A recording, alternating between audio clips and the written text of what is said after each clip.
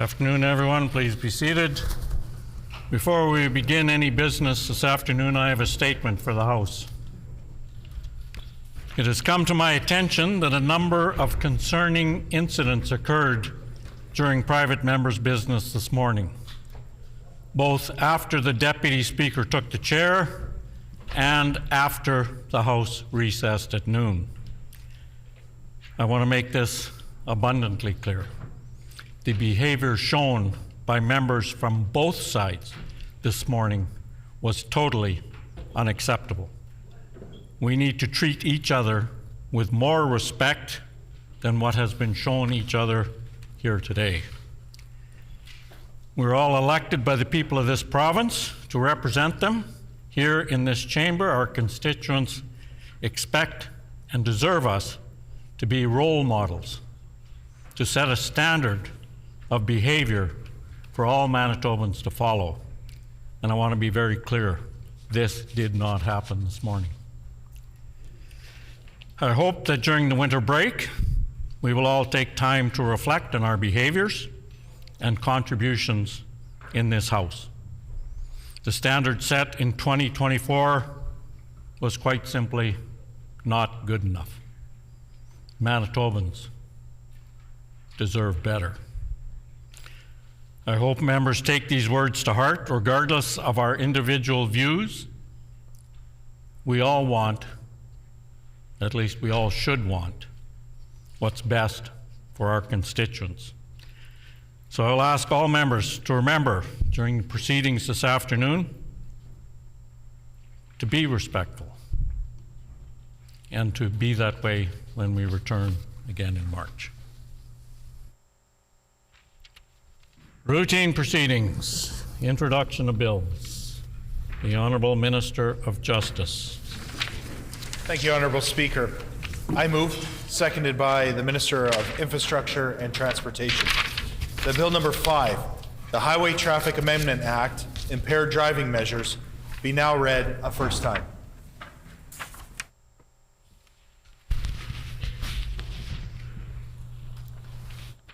Been moved by the Honourable Minister of Justice, seconded by the Honourable Minister of Infrastructure and Transportation, that Bill number 5, the Highway Traffic Amendment Act, Impaired Driving Measures, be now read a first time.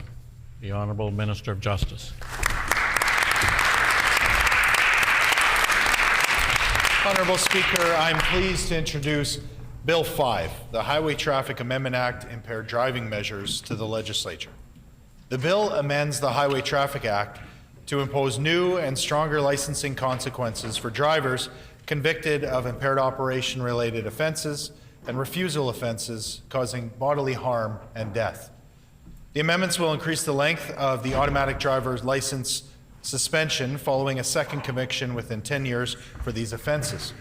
The suspension will be increased from 10 years to a lifetime suspension.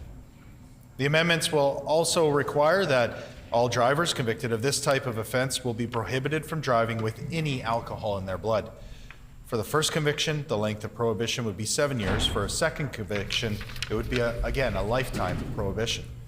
The driver who breaches their alcohol prohibition will be subject to license suspension, financial administrative penalties, and their vehicle will be impounded. These sanctions escalate with subsequent breaches. I'm pleased to introduce this bill to the House for its consideration. Thank you, Honourable Speaker. Is it the pleasure of the House to adopt the motion? Agreed and so ordered. The motion is accordingly adopted. Committee reports. Tabling of reports. Ministerial statements. The Honourable Minister of Families. Thank you, Honourable Speaker. Tomorrow, December 6th, is the National Day of Remembrance and Action on Violence Against Women, which falls within the 16 days of activism against gender-based violence. And this year's theme is Come Together, Act Now. It's been 38 years since Canada witnessed the horrific acts that took place that day. 14 women were killed in an act of misogyny that saw an armed man enter the hallways of École Polytechnique, entering an engineering classroom, separating the women from the men, and then proceed to shoot and kill the women. When he was done shooting in the classrooms and the hallways, 14 women would be murdered.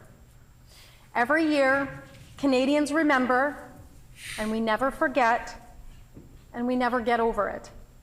Tomorrow, on December 6th, we will gather and remember all the women who continue to die by acts of gender-based violence. When we reflect on this somber occasion, we acknowledge the global events we have witnessed this past year that has resulted in some truly horrific acts of misogyny and gender-based violence around the world. In the Middle East, women and girls have experienced unspeakable acts of sexual violence due to armed conflicts. In Afghanistan, a gender apartheid is taking place, silencing women and girls, restricting independent movement, and denying education, all punishable by violence and death. And in France, we are witnessing one of the most horrific sexual assault trials ever to be prosecuted. 51 men have been charged with raping Gisèle Pellicot. These men, who are carpenters, firefighters, journalists, nurses, husbands, fathers, grandfathers, all took part in raping an unconscious woman. Today, I dedicate my ministerial statement to Gisèle Pellicot for her incredible bravery and her words, and I quote, "It's not for us to have shame, it's for the rapists," end quote. And here in Manitoba, our local story of searching for our relatives in a landfill continues to make global news. This was the first time in Canadian history where a political party manipulated the homicides of Indigenous women as an election commitment, and where the members opposite continue to remain silent and double down in their continued support of their action to stand firm against Indigenous women murdered by a serial killer. Of course, this is by no means an exhaustive list of global events, but I fear too many have become numb to these acts of violence. UN Women released a new global report which states, and I quote, "The home is the deadliest place for a woman." In Manitoba, we have tragically and unfortunately continued to witness this reality with multiple homicides taking place within the home, committed by male partners or former partners. These tragic cases have changed families and communities forever. The UN Office of the High Commission for Human Rights is charged with monitoring how countries, including Canada, are implementing and adhering to the Convention on the Elimination of All Forms of Discrimination Against Women, also called CEDAW. In response to Canada's latest report on how it's adhering to CEDAW, the UN has stated it would like to see Canada involve more men in addressing patriarchy and how men's role in ending violence against women is critical. Women and gender diverse folks will continue to come together to raise awareness about violence against women. We will continue to act to develop strategies, programs, and legislation to protect those who have been harmed. We will build shelters. We will meet in community centers and homes and talk with our sisters and relatives on how we can support one another. We will march, attend rallies, and attend global conferences to raise our voices. We have been doing this for decades, and we will continue to do so. I lift up all my relatives who do this important and hard, difficult work. On November 29th, my male and non-binary colleagues came together to produce a video on how men play a crucial role in addressing abuse and misogyny. I didn't even know that they were doing it, but it meant so much. This is exactly what we need, and I sincerely say miigwech to my colleagues for standing beside women on this important issue. My colleagues have used their platforms and voices, thus setting an example of how to come together and act against gender-based violence. I look forward to more men connecting and talking with one another about how they can end male violence. They can create grassroots movements and get the work done. Come together, organize, and act now. Miigwech.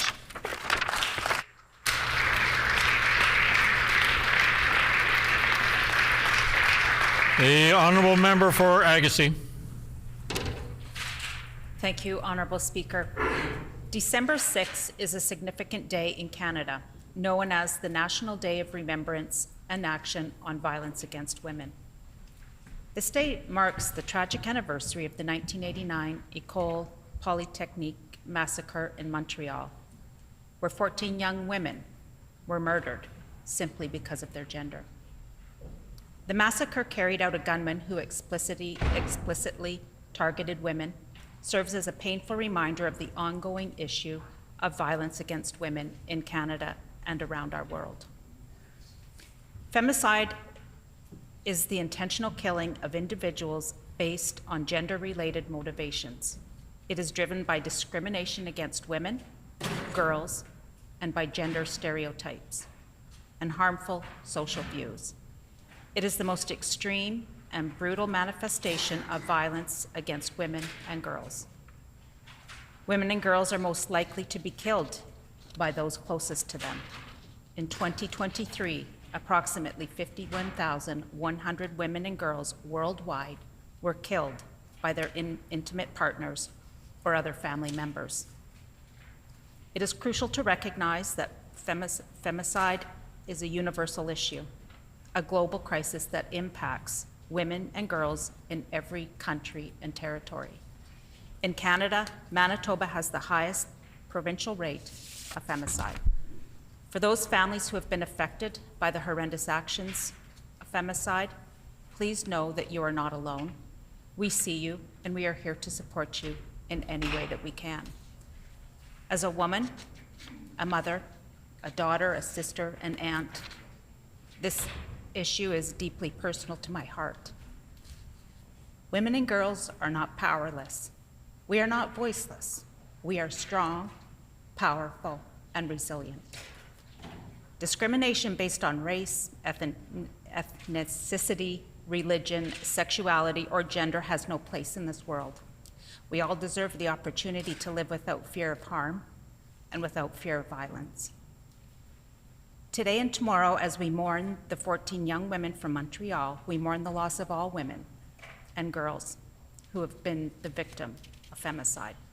To the families, friends, and communities throughout Manitoba and Canada who have been affected by femicide, we stand with you in mourning and in the ongoing struggle to make our society more equal for everyone. On December 6th, Canadians come together to remember those lost and to honor the victims, while also reflecting on the need for continued action to address violence against women. It's an opportunity for individuals, communities, organizations to raise awareness, advocate for change, and push for solutions that promote equality, safety, and justice for all women.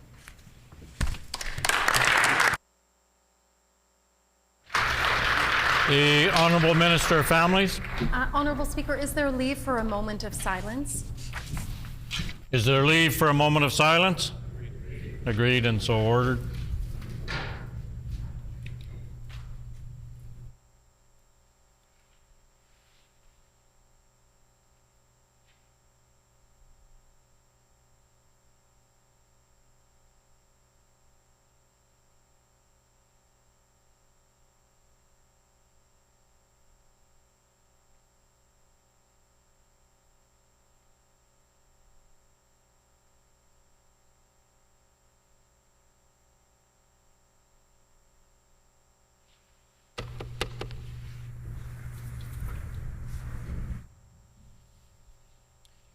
Member statements. The Honourable Member for St. River.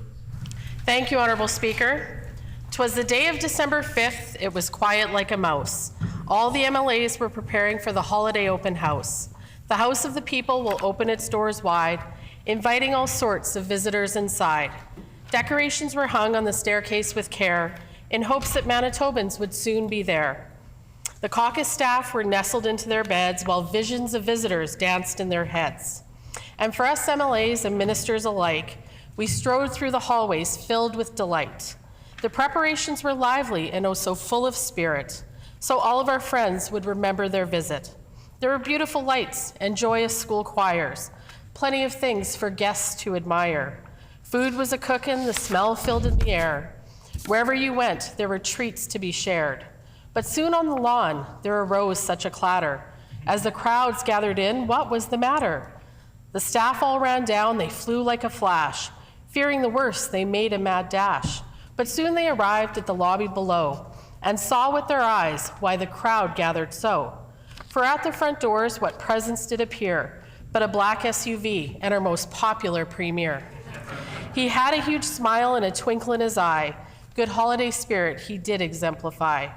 He walked through the crowd, shaking hands the whole way, and everyone waited for what he would say. Now Cable, now Fontaine, now Moyes and Sala, on Nello, on Naylor, on Deputy Asaguera, on Ron and on Bushy, on Compton and Smith, on Morose, Marcelino, on Weeb and on Schmidt. There's much still to do, but today we can rest. To all Manitobans, we must show our best. From the top of the chamber to the end of the hall, now dash away, dash away, dash away all. The MLAs knew, even with all the fun, that soon there would be more work to be done. But we heard the Premier exclaim as he drove out of sight, happy open house to all, and to all a good night.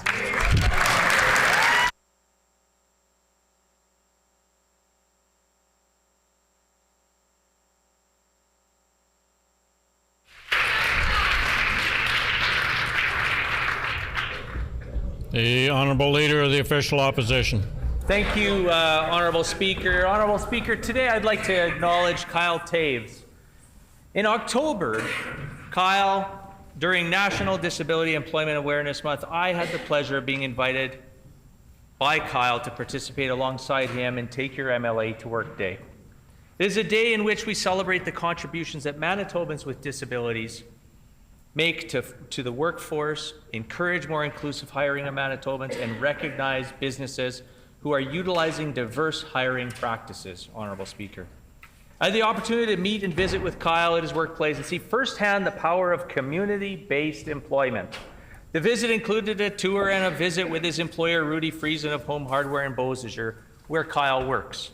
He gave me the opportunity to job shadow him in the duties he performs on a regular basis, or spent the time telling me what to do all afternoon, so thank you, Kyle.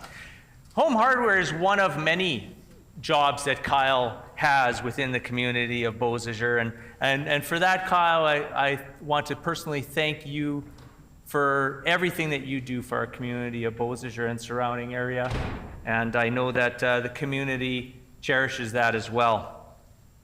Kyle introduced me to Larry Kern, who often assists Kyle at Home Hardware, or again, I'm not sure if Kyle's telling Larry what to do or Larry's telling Kyle what to do, but I think it's a two-way street there. Joining us for the day was Robin Furnish, the Program Director of Supportive Employment Options in Beausejour. The Manitoba Supportive Employment Network is a professional network of individuals and organizations invested in employment and full community inclusion for people who live with a disability. I am thankful to have had the opportunity to share this great experience with such a wonderful group, and I'm grateful that the Lactaboni constituency supports inclusive employment. Please join me in welcoming today in the gallery Kyle Taves, Robin Furnish, and Rudy Friesen to the gallery, Honourable Speaker.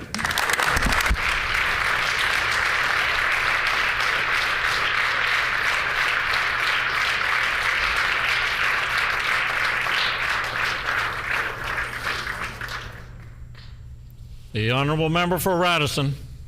Honourable Speaker, whether you believe it or not, I was the kind of kid that you could always find in the principal's office, always knocking down the door, demanding support for the project pep rally or conference of the day. I would be remiss if I did not acknowledge that it takes one great principal for a student like me to feel empowered enough to keep coming back. That's why today I'm humbled to honor the lifelong career of my high school principal, Mark Bruce. Mark has dedicated 37 years of his life to public education with unwavering commitment. He served in the River East Transcona School Division for almost 23 of those years. Mark served as the vice principal at Murdoch McKay Collegiate and later became principal at Robert Andrews Middle School, Arthur Day, and Collège Miles Macdonnell Collegiate, where we crossed paths before he joined senior administration to work alongside RETSD colleagues who represent him in the gallery today. During his time with the River East Transcona School Division, Mark was very proud to support innovative programming that engaged kids and helped them be successful. He remained steadfast in his commitment for all children to feel safe and included. Upon retirement, Mark shares a message for teachers to never forget their why, to understand that their purpose is to improve children's prospects and to help them prepare for participation in democratic spaces like this one. This message is what drove Mark to lead with integrity and authenticity. As a result, his work has positively impacted lives, including my own. Now, Mark is looking forward to spending time with family, supporting them in their needs, and enjoying more time at the cottage. Mr. Mark Bruce joins us virtually today, and I invite my colleagues to join me today in thanking him for his dedication to public education and congratulate him on his well-earned retirement.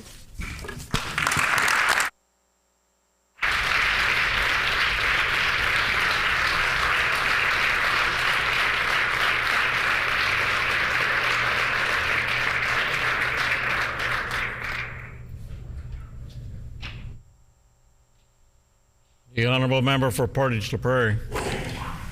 Thank you so much, Honourable Speaker. 'Twas the night before Christmas, and all through this chamber, everyone was stirring, be they clerk, page, or member. The session was done, a new one just started. As a newbie, I've learned this ain't for the faint-hearted. From the top of this dome, the golden boy watches. As bells ring all the time, members come to vote they call. Bills have nestled on the order paper for debate, hoping not to be bitsed because the government introduced them late. The Premier may be visited by 3 Christmas ghosts, maybe writers, I suspect. He'll have a new book to toast. Our leader hails from Lac du Bonnet in the east, asking about you-know-who. The Speaker advised that he cease. I would again ask the minister, let's shorten the wait for people to get tests before it's too late. The community has done all the work, so it should be a simple task. Is an MRI for Portage really too much to ask? History sometimes repeats in this place, if you please. The member for Elmwood still begging for a bridge named Louise. The member for Fort Garry has been tossed out in the snow, though based on his questions, he's the only real New Democrat I know. This government has passed the whip all around. Now it's Seine River whose job it is to hound. Now Burroughs, now Lagimodiere, now Radisson, now Waverley. On Riel, on Rossmere, on Thompson, on Kildonan River East. A government line to toe, these members stand fast. Next cabinet shuffle, they'll all hope to be cast. But we know ag will stay. Time has expired. The Honourable Opposition House Leader. Yeah, I seek leave for the member to complete his statement. Does the member have leave to finish his statement? Yes. I hear a no. Order.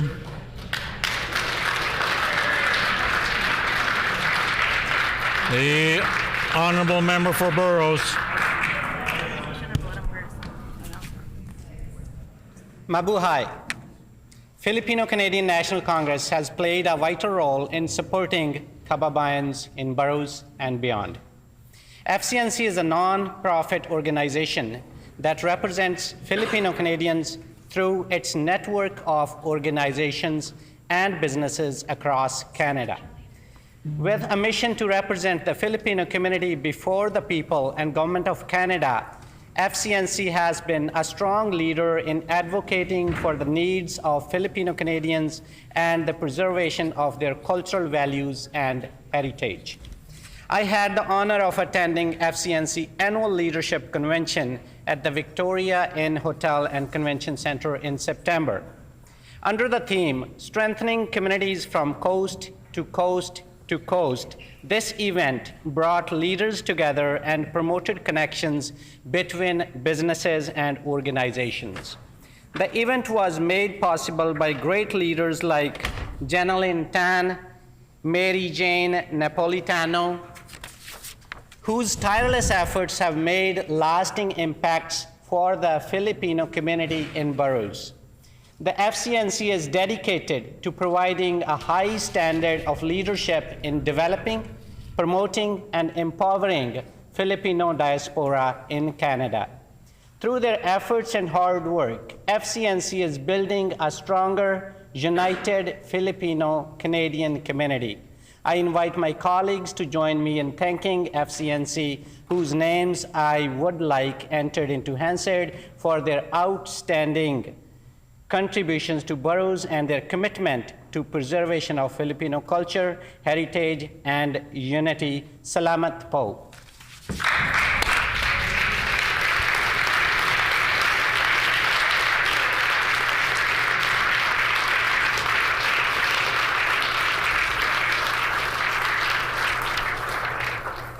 Order, please. Before any further business, I have some guests in the gallery. Unfortunately, I think our timing was off a little. We had seated in the public gallery from Miles Macdonald Collegiate 28 grade 9 students under the direction of Stephanie Fredrickson.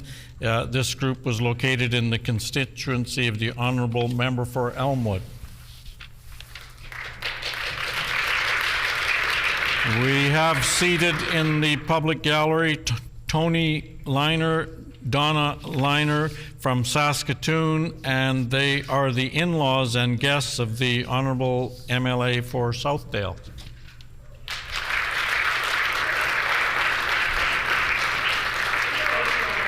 And I would like to draw the attention of all honourable members to the public gallery where we have with us today Glenlyn Tan, Arlene Evangelista, Mary Jane Napolito, Rodolfo Cantaveros, Kenneth Salazar, Pastor John Bartolome, Miguela Natividad, Jarrell Evangelista, and Joshua Agassi, who are guests of the Honourable Member for Burroughs, and we welcome you all here today.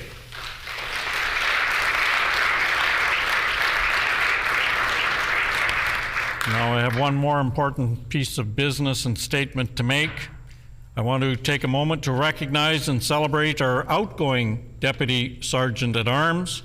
Cam Steele joined the Assembly in 2021 as part of the enhancements to the Chamber branch and increased hours of our Deputy Sergeant at Arms position. Cam's diligence, dedication, and hard work led to many improvements to the work of the Chamber branch, including enhancing the PAGE training program and constituency office security visits, as well as providing first aid training to Assembly staff.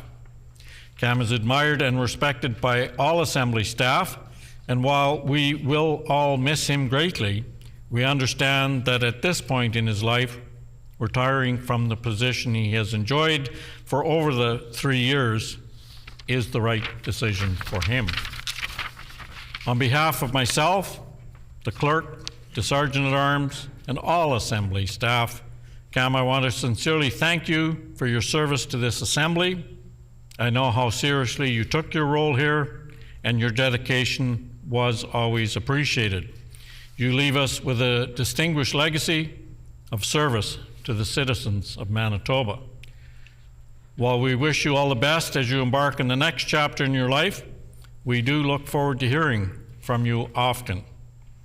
I would add that joining us today in the Speakers Gallery are Cam's wife, Carol Steele, and their friends, Angie McBride and Carla Brennan. Cam and Carol's sons, Ryan and Adam, unfortunately are unable to be here today, but I'm sure they're very proud of their father If they aren't, they should be. I would ask all honorable members to join me in thanking our Deputy Sergeant at Arms, Cam Steele.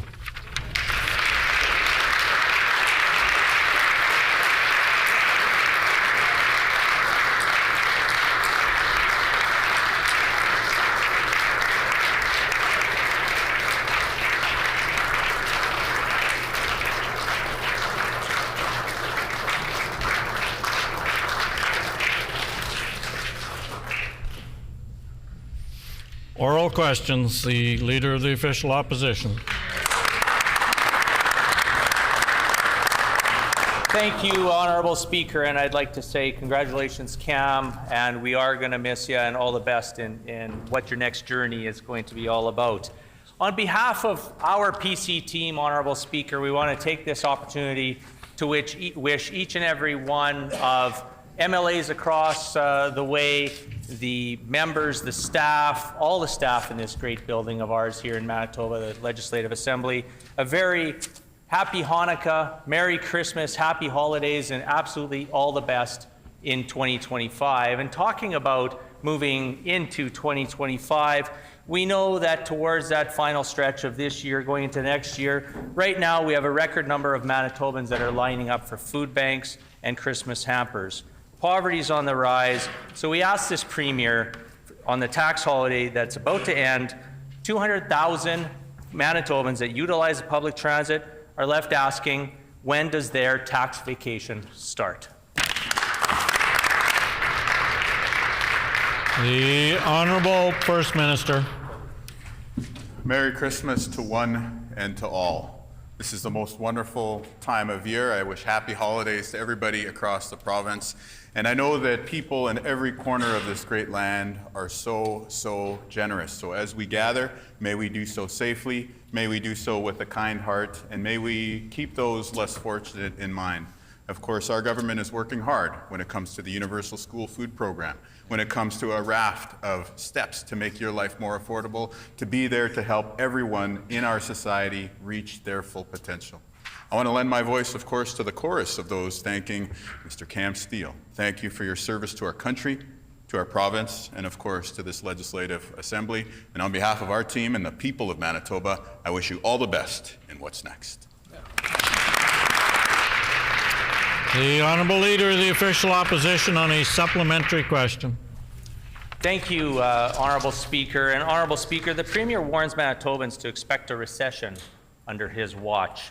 We know that food prices have gone up now under his watch. Hydro's gone up, baby formula's gone up. Even this Premier's Happy Meal costs have gone up more under his watch. The Premier needs to do more than just watch, Honourable Speaker. He needs to act. He claims he has a plan that he has been working on personally since prior to the election in 2023. So, to the Premier, when is he going to introduce the plan that helps Manitobans, all Manitobans, as much as the Premier likes to help himself?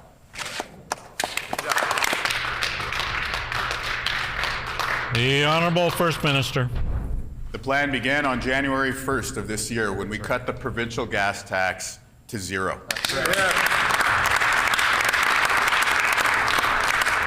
This January 1st, upcoming 2025, the plan continues with us freezing Manitoba hydro rates for you, your family, and the businesses that you own. But of course, there are so many faith traditions which we celebrate with family at this time of year, which call on us to reflect on grace and compassion and to live up to this phrase that has been handed to us by the survivors of so-called Indian residential schools, that every child matters. And so while we are stepping up to save you and your family money, I also want you to know that because of the confidence you have placed in us to lead this provincial government, there is now a universal school food program that guarantees that any child in Manitoba who shows up to pursue a better life through education will also get a healthy, nutritious meal. Member's time has expired. The Honourable Leader of the Official Opposition on a final supplementary question. And I think the Premier can definitely give a big shout out to Justin Trudeau and thank him for that food and nutrition program. Honourable Speaker, the Premier offers rhetoric, division, and spin. What the Premier needs to start offering are solutions. Raising the gas tax on January 1st is not a solution. Raising property taxes by $150 million, not a solution. Raising personal taxes is also not a solution. His ministers are hiding critical issues from him, and his ministers are hiding critical issues from Manitobans. Manitobans deserve much better, Honourable Speaker. Manitobans deserve a plan. What is the Premier's affordability plan? Because a drive down Main Street, Pamela and Leela is revealing Manitobans are still waiting for that plan, Honourable Speaker. The Honourable First Minister. Well, our economic plan is certainly much better than the members opposite. They were hiding critical minerals in the ground.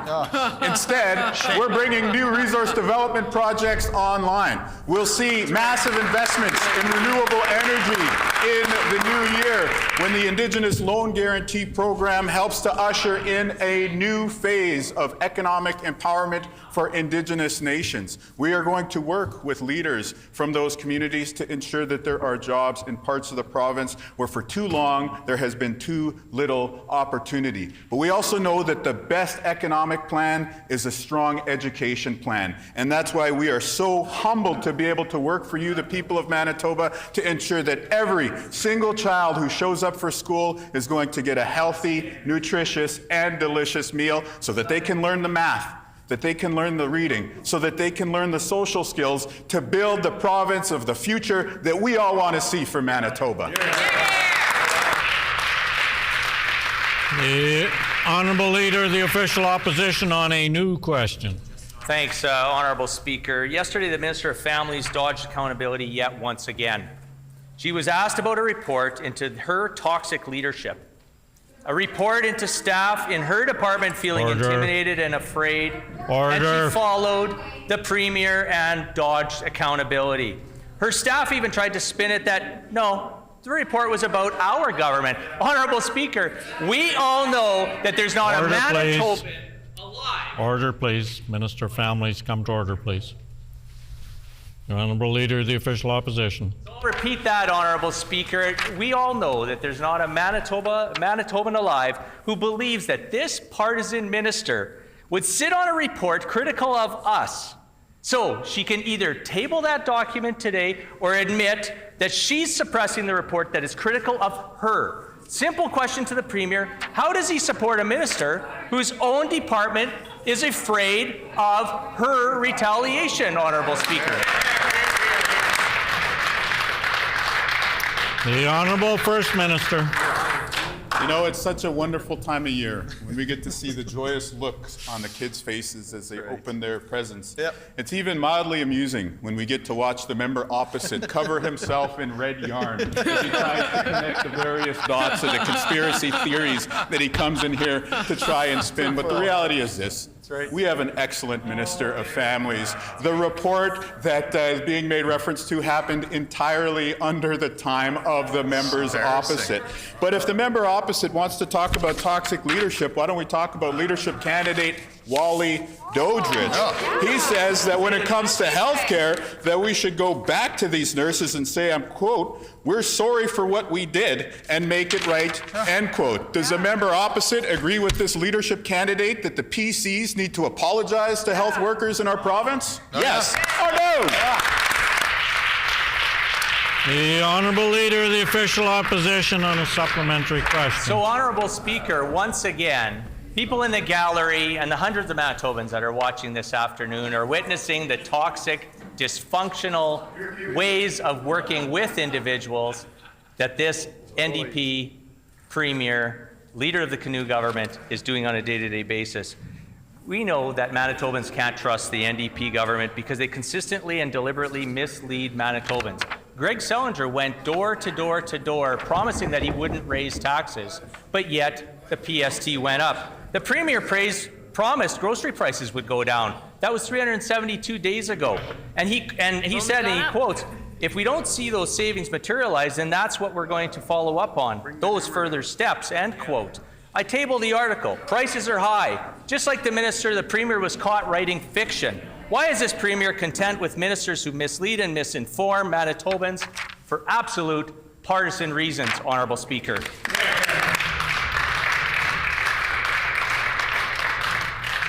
The Honourable First Minister. You know, our team was so humbled to be elected by you, the people of Manitoba. And on the way into office, here's a quick follow-up on how that trajectory has been. We promised to cut the provincial gas tax. Yep. Guess what? We did. That's right. We promised to staff up healthcare in Manitoba. Guess what? We are.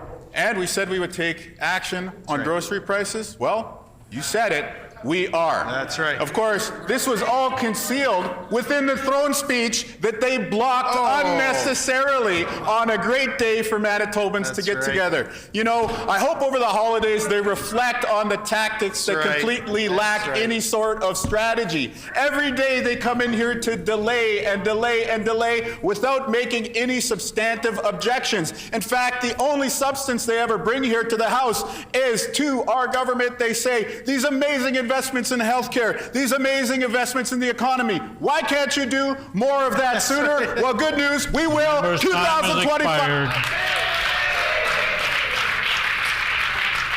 The Honourable Leader of the Official Opposition on a final supplementary question. Honourable Speaker, it continues to get worse, and we see the dysfunction and toxic behaviours on a day-to-day basis in this chamber, Honourable Speaker. The Premier jumped to the defence of the Minister yesterday. He called her, and I quote, a role model. You know, Honourable Speaker, Manitoba girls have amazing role models right here in this great province of ours, and the MLA for St. John's is definitely not one of them. The Minister of Families does not foster these qualities, and in fact, Honourable Speaker, workers within her department fear reprisal for speaking up about the toxic culture in her department. And we're witnessing this again from the other side, Honourable Speaker, from her department, and the Premier calls her a role model. To the Premier, through you, Honourable Chairperson, does this praise say more about the Premier or the MLA for St. John's, Honourable Speaker? Well done.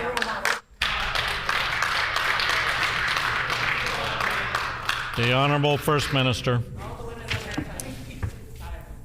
It's not up to the member opposite to decide who young women in Manitoba look up to. Yeah. It's up to young women in Manitoba. Still don't get it. And here's the thing. I've spoken to many young people in this province, young women, young gender diverse folks, young men. That's right. Who look at the member for St. John's and say, she is an example of power. Somebody who overcame obstacles in her life to assert a positive direction in the collective best interest of all people here in Manitoba. So before we break for the holidays, let us all say thank you to the Minister of Families for her important work. And when it comes to the members opposite, you have not atoned for attacking the families of the victims of a serial killer. You have not atoned for your cuts to health care. One leadership candidate is saying that you should... Member's time has expired.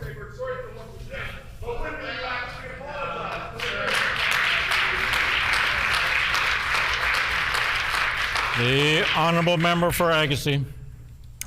Yesterday, the Minister's staff confirmed to media that the report on her toxic leadership exists. They tried to present it as a report on the previous government. Manitobans know that this minister is so partisan that if she had a report critical of Heather Stephenson and Rochelle Squires, she'd be Xeroxing copies herself this very minute. Staff admitted the report exists, so why won't the minister table it today? The Honourable Minister of Families.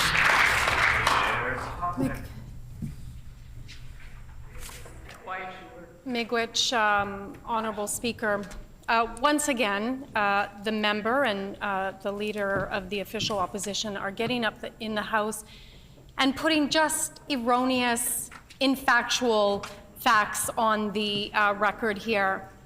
I have spent a significant amount of time actually repairing the damage of the Families Public Service that members opposite did over 7.5 years. Our families team didn't seen. They weren't seen. They didn't feel valued. Yeah. Nobody acknowledged their accomplishments and their hard work. From the moment that I became the families minister, literally 2 days later, I was visiting our Member's offices time to has lift. expired. The honourable member for Agassiz on a supplementary question. Manitobans have never witnessed a government so intent on division, hate, and partisanship as this NDP government. And this Minister of Families is leading that charge to lower standards personally.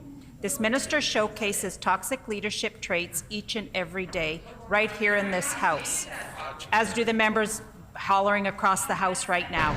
We saw it yesterday when the member from St. John's hollered and demanded at her colleague not to walk out.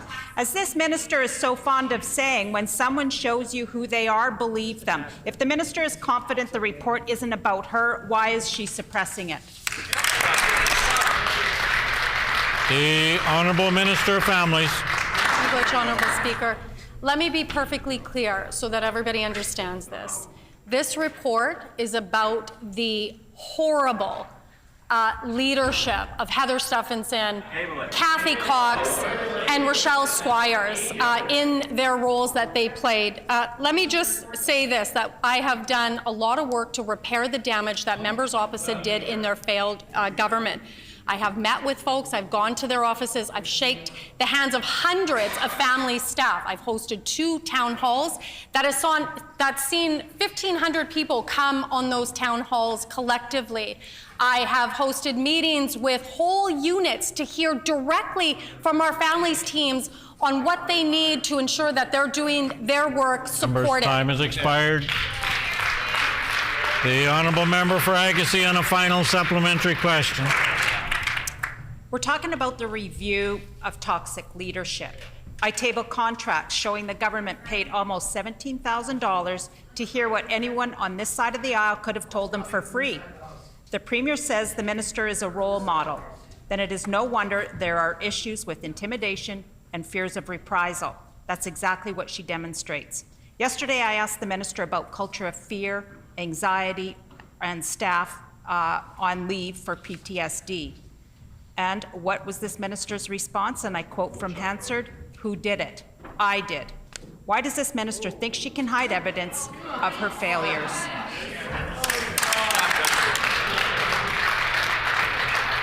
The honourable Minister of Families.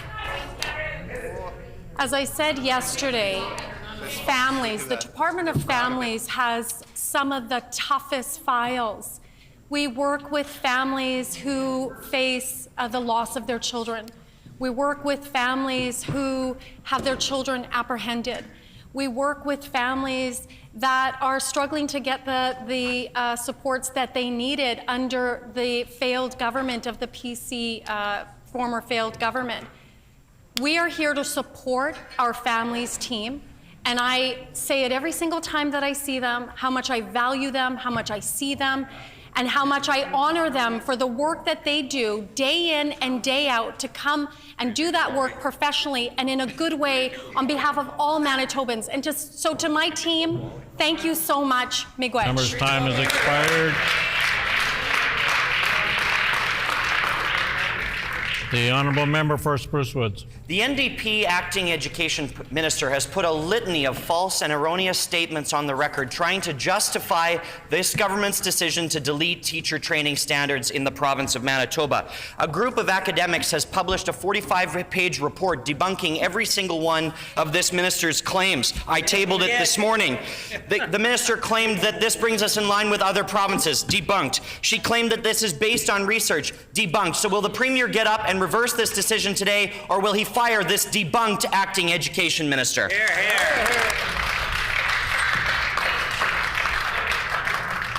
The honourable Minister for Environment and Climate Change. Thank you, Honourable Speaker. And the academics that the member opposite is screaming about, I have met with earlier this week. I thank them for their advocacy, and I want them to know that our government is a listening government. We're here to work with them, and we're here to continue that discussion. I can assure the House that there is nothing more important to our government than kids and the outcomes that we deliver for kids through our educational system. We are taking action to improve educational outcomes here in our province after 7.5 years of a government, a failed government, under the failed leadership of the member of Lac du Bonny, the former Minister of Education. On this side of the House, we are increasing the one-to-one time that students have with their teachers. We've hired 630 educators. The honourable member for Spruce Woods. Well, thank you, Honourable Speaker. And between the minister failing to put any words on the record this morning in debate, combined with the member for St. River saying that academics don't actually teach in classrooms, I can assure the acting minister that those professionals did not leave here feeling respected or heard by this government. So will the minister get up and apologize to those academics and then reverse her failed, debunked academic policy for teacher training standards today? The Honourable Minister of Environment and Climate Change. Thank you, Honourable Minister. As 2024 is drawing to a close, I reflect on what a historic year 2024 was. Under the leadership of our Minister of Education, our government has introduced a historic universal school nutrition program. And when you want to talk about educational outcomes, the best way to improve outcomes here in our province is to make sure that every single student in this province is fed. Under the leadership of our education minister, the member for Transcona, we have made history. And in fact, Honourable Speaker, the education minister has inspired a nation. The federal government, on the heels of our government's $30 million nutrition announcement, came up with their own nutrition program. The honourable member for Spruce Woods on a final supplementary question. Thank you, Honourable Speaker. This NDP caucus has misled Manitobans on the facts regarding this case, and I tabled the research from academics and professionals this morning in debate. I also tabled a cross-jurisdictional scan from all province that shows, in fact, that we will have the lowest required standards in the country. So why is this acting education minister failing Manitoba students? We know the best way to ensure that students do well is to have high-quality trained teachers in the classroom. Will she reverse her failed, debunked policy today, or will the Premier get up and reverse it on behalf of his failed, debunked government? The honourable minister for Environment and Climate Change. Honourable Speaker, Manitobans know hypocrisy when they hear it, and they know leadership when they see it.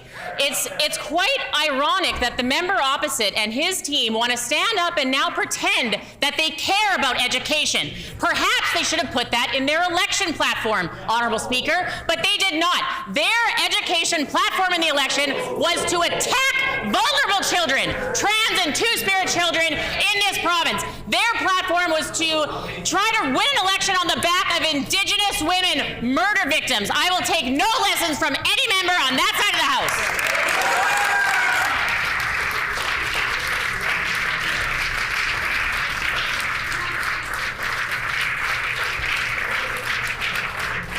The honourable member for Roblin. We've highlighted the NDP's failures on rural health care multiple times in this House, yet the situation continues to get worse. Let's talk about Prairie Mountain Health. This summer, hospitals in the region were plagued with closures. Now let's look at the emergency department schedule for December, which I'll table today. Of the 30 total hospitals operating in PMH, only 7 ERs are reliably open 24/7. In December, ERs across PMH are closed for a total of 89 days. The Roblin ED is closed for 9 full days in a row. Wow. And Carberry, reduced hours every single day it's open, which is only half of December. What immediate action is this minister taking to address these escalating ER closures in Western Manitoba? Great job. The Honourable Minister of Health, Seniors and Long-Term Care. Honourable Speaker, nobody across Manitoba believes a single word that comes out of that member's house when it comes to healthcare. Right. They have zero credibility on healthcare. Yesterday, the member stood up and talked about the very same hospital in rural Manitoba that they cut from 24-hour care to 12-hour care. That member stood up and talked about a hospital in rural Manitoba that they cut in 2018, in 2019, in 2021, and in 2022. That is her record on that side of the House. Honourable Speaker, we're investing in rural health care, working with the front lines, and doing what the former failed PC government refused to do. The honourable member for Roblin on a supplementary question. Now let's look at the IERHA. Again, I'll table that December schedule. Arborg and Toulon closed every single day in December. Ericsdale open only 7 days this month and only at reduced hours. Pinawa open just 4 days this month, also at reduced hours. Across the 12 hospitals in the IERHA, only 1 ER is reliably open. Wow. December closures in the Interlake total a staggering 119 days, Honourable Speaker. How can this minister justify the dismal state of emergency health care in the Interlake? And what steps are they taking to ensure rural Manitobans can access care when they need it? Great job. The Honourable Minister of Health, Seniors and Long-Term Care. Honourable Speaker, Manitobans have a memory much longer than that member opposite. Thank goodness. That member opposite in the failed PC administration closed over 5, 6, 7 emergency rooms in rural Manitoba. Honourable Speaker, under the failed PC administration, guess how open the Carberry emergency room was? It was never open because they closed it. They permanently closed it. On this side of the House, we reopened the Carberry ER. Hey, good news. Good news. Honourable Speaker, we are doing the work the previous PC government refused to do. That is improving capacity, working with the front lines, bringing more healthcare workers to our hospitals across rural Manitoba. The honourable member for Roblin on a final supplementary question. Honourable Speaker, the minister is completely ignoring the plight of rural Manitobans who have to go online to look up these ER schedules before they go and visit their local hospital. I'll table this December schedule for Southern Health as well so we can see the full scope of the NDP's failures on rural health care. Across rural Manitoba's 59 hospitals, only 11 ERs offer reliable 24/7 service. 24 hospitals are operating with reduced or unpredictable hours, and another 24 hospitals are not offering any emergency services at all. In December alone, rural hospitals across the province will be closed for a total of 242 days. This is not care closer to home. This is Manitobans finding a closed sign on the door of their local hospital. What immediate action is this minister taking today for rural Manitoba? The Honourable Minister of Health, Seniors and Long-Term Care. Honourable Speaker, you don't have to take my word for it. Take the words of the Mayor of Arborg. Take the words of doctors in rural Manitoba who said that in 2023, under the failed former Heather Stephenson administration, ERs in rural Manitoba were closed for 80,000 hours. They did that, Honourable Speaker. That member and every single member opposite turned their backs on rural Manitobans years ago.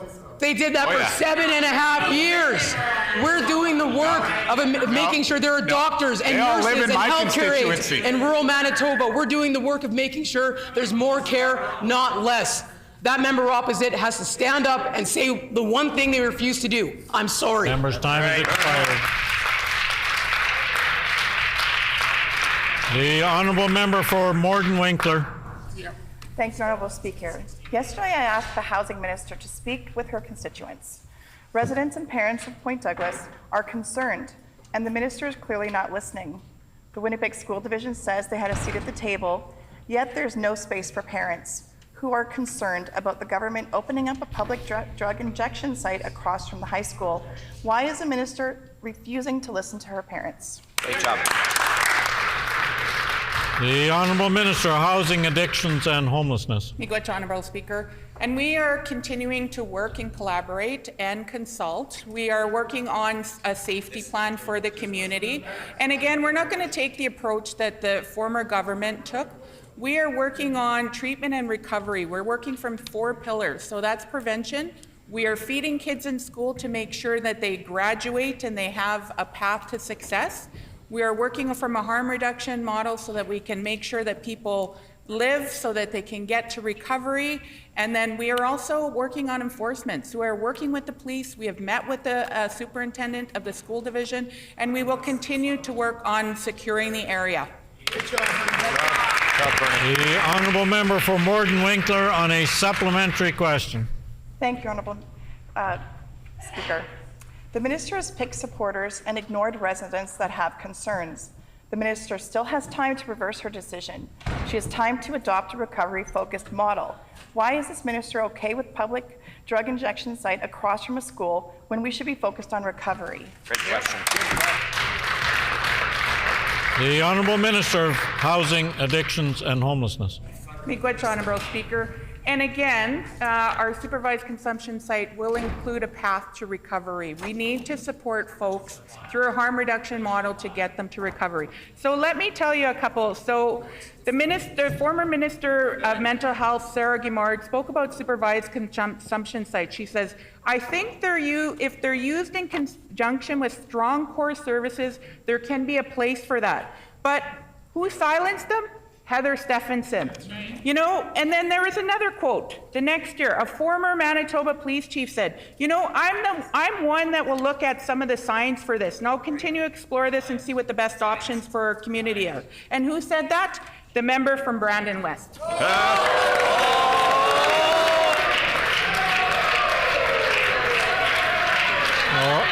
Order. Order. The honourable member for Morden Winkler on a final supplementary question. Honourable Speaker, David Chartrand's words to media yesterday were, and I quote, "It's definitely not thought out." I table the remarks. Who are Manitobans supposed to believe? The minister who says area residents are excited, or the president of the Red River Métis government, whose offices are right across the street from the proposed location of the public injection site, who says, I quote, "There's no plan and there's no strategy." When will this minister consult with the community of Point Douglas? Great job. The Honourable Minister of Housing, Addiction and Homelessness. Well, let's look at what Heather Stephenson said. I look at places like California that had these types of sites in place for decades. And when she was called out on this from the media, from places like the US experts, this was false because there was no safe supervised consumption sites in California. Oh. And then let's talk about Brian Pallister, who actually was given a report from experts that said that there should be supervised consumption sites in Manitoba. And what? Order. The official opposition bench will come to order. The Honourable Minister of Housing, Addictions and Homelessness. What did Brian Pallister do with that Verga report? He threw it on the floor. Does that side of the benches agree with experts? This side of the benches do. Member's time has expired.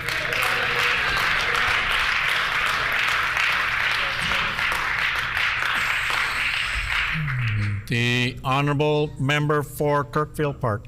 Honourable Speaker, for 7.5 brutally long years, the PC spent hundreds of millions of taxpayers' dollars propping up private healthcare agencies. 40 million in 2021, 60 million in 2022, 76 million in 2023, all while firing nurses, closing emergency rooms, and cutting beds. With little to no oversight, it was the Wild West of private agencies, and the PCs were shelling out millions hand over fist.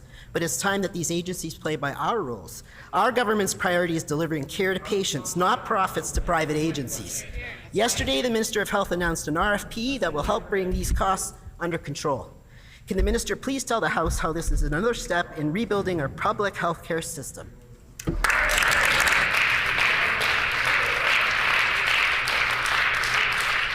The Honourable Minister of Health, Seniors and Long-Term Care. I'd like to thank my colleague for that very important and excellent question. The previous government's healthcare cuts created a cottage-like industry for for-profit private agencies. These agencies benefited from the frustration nurses felt working under the failed PCs. This model resulted in burnout and mandatory overtime. It hurt patients and exhausted nurses. But we are making the public healthcare system a place where people want to work again. By better managing agencies and making the public system more attractive for nurses, giving them a better deal, the expansion of the travel nurse team, and more job opportunities, we are rebuilding the public healthcare system. And we're doing that in a respectful, evidence-based, and fiscally responsible way. Thank you, Honourable Speaker. Great job, Minister. The Honourable Member for Brandon West. Thank you, Honourable Speaker. I suspect no one is more familiar with the angling regulations than this Minister of Justice, and perhaps the Premier in his next cabinet shuffle will put him to natural resources. After all, he is the resident expert on catch and release. Under his watch, Manitobans are more likely to serve a jail time as a result of a health order than a court order. He's 429 days into his 100-day bail reform mandate, and I think it's safe to say that he's failed Manitobans. Can the minister finally admit that his premier was wrong and that Manitobans cannot fix issues with the criminal code on their own? The Honourable Minister of Justice. Well, of course, Honourable Speaker, we got to work right away on our 5-point bail plan, which was supported by the National Police Federation, again, in partnership with law enforcement. And what did the National Police Federation say about that? Quote, we call on the federal government, as well as the provincial and territorial governments, to follow Manitoba's lead on public safety and root causes of crime with concrete solutions. We weren't done there, though, Honourable Speaker. We continued on with our expanded electronic monitoring program, beginning in the city of Winnipeg, now rolled out to the rest of the province of Manitoba. Why did we have to reinstate and restart that program? Well, of course, because it was cut under members opposite under the Stephenson government. That's shameful, Honourable Speaker. We're going to work with law enforcement. We're going to get bail right. Time has expired. The Honourable Member for Brandon West on a supplementary question. Honourable Speaker, I wonder if this Minister of Justice has received his specialist pin from the Master Angler program for his record number of catch and releases this season. Yeah. Monitoring is the only solution this minister has. He fails to understand that it does not matter how much you are monitoring if there is no consequences at the other end. Every week, there are stories of violent offenders who are out on bail reoffending, often just to be released time and time again. If you pinky swear you won't offend a third time, the minister would probably be okay with letting the criminal out once again. Can this minister, is he content to oversee a system that is so clearly Member's time has expired. The Honourable Minister of Justice. Well, again, because of the important work that we've already started here in the province of Manitoba, we have credibility when we go to the federal government to continue to push them on their bail action. When we traveled to Yellowknife with other premiers across the country, we were all united when we said that the federal government continues to need to do their part. And we're going to do our part here in Manitoba. What does that look like in the city of Winnipeg? Well, it looks like 12 additional officers hit the street in November, 12 more officers coming in the spring, and 12 officers specifically for bail and bail supervision. This is the kind of action that sheds credibility on the work that we're doing that we can then use for leverage across this country. The member opposite can goof around all he wants. This is a serious matter. We're taking it seriously. The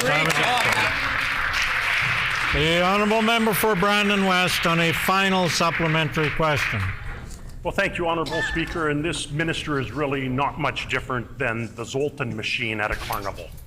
You ask a question, the light comes on for a second, and then a pre-written answer from staff somewhere behind the scenes magically appears. If you're lucky, the answer might even be slightly relevant to what you've asked. Manitobans do not feel safe under this minister. They fear violent crime, property crime, and repeat criminals. Why is this minister content to watch instead of act? The Honourable Minister of Justice. Well, again, Honourable Speaker, the member's goofing around. I guess that's why he didn't speak out when he was involved in Brandon as the chief of police. When there was a net loss of 55 officers here in the city of Winnipeg, he was completely silent.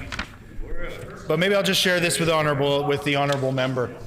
Quote, I know there are individuals in the legislature who are a little confused about whose jurisdiction that is, but the bail reform is actually something that is decided constitutionally by the federal government, end quote. Who said that? That was this member for Springfield Reshot.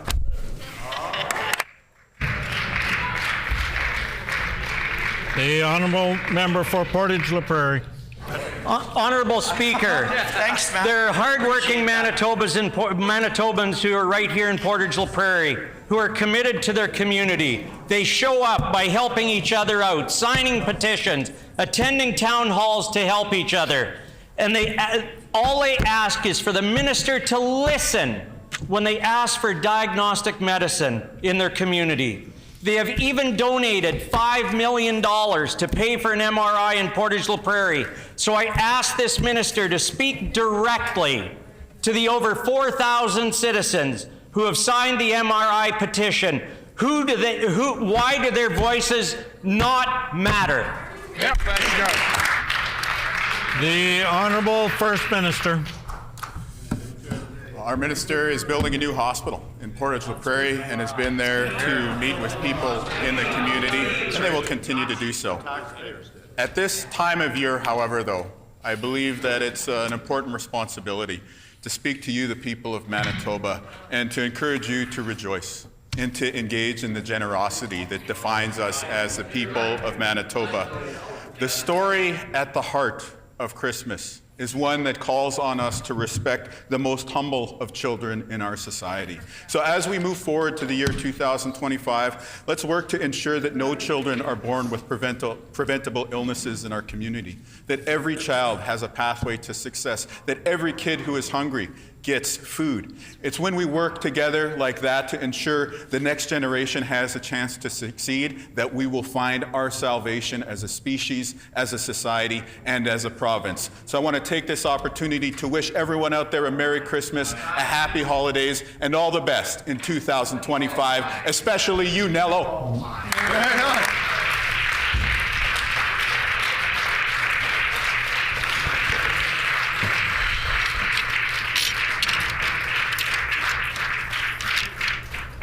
The time for a question period has expired, and I have a ruling for the House.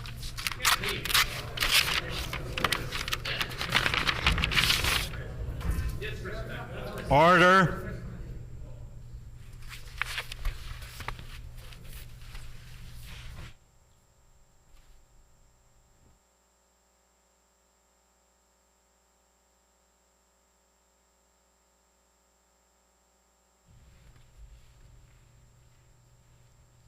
At the conclusion of petitions on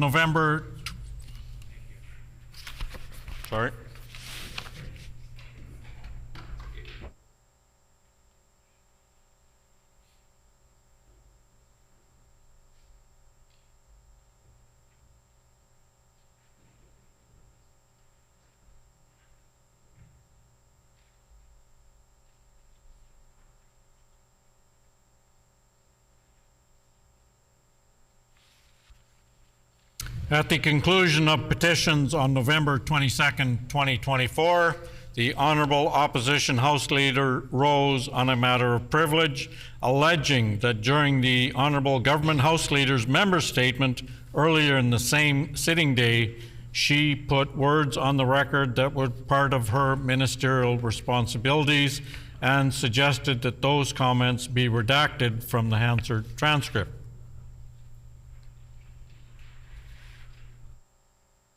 The member was reminded by the Deputy Speaker that he had neglected to conclude his matter with a motion and allowed him the opportunity to move, that this be put on an all-members committee and reported back to the House.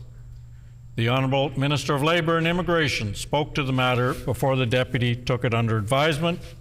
As the House knows, for a matter of privilege to be ruled as a prima facie case, the member must demonstrate the issue has been raised at the earliest opportunity, while also providing sufficient evidence that the privileges of the House have been breached. On the condition of timeliness, the member made no indication in his submission whether he met the required test. As the incident he described happened earlier that same sitting day, I'm willing to say that the member met the test of timeliness with his submission. In future, I would expect this to be addressed by the member when bringing the matter to the presiding officer's attention.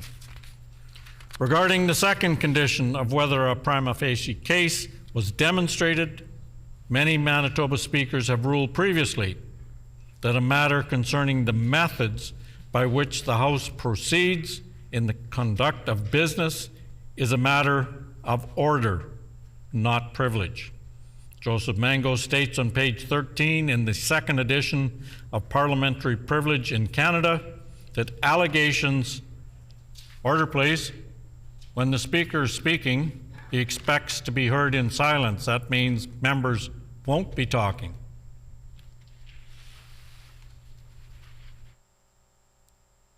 Allegations of a breach of privilege by a member in the House that amount to complaints about procedures and practices in the House are, by their very nature, matters of order. He also states on page 223 of the same edition, a breach of standing order or failure to follow an established practice would invoke a point of order rather than a question of privilege. It is clear to me that a prima facie case of privilege was not established in this matter. There are several other issues I would like to address. First, for the information of all members, we do not redact comments from Hansard. Hansard produces the verbatim transcript of House proceedings which reflects the history of what is said in this place. We do not edit history. Second, the official opposition House leader failed to articulate in his submission if and how his privileges as a member of this assembly had been breached.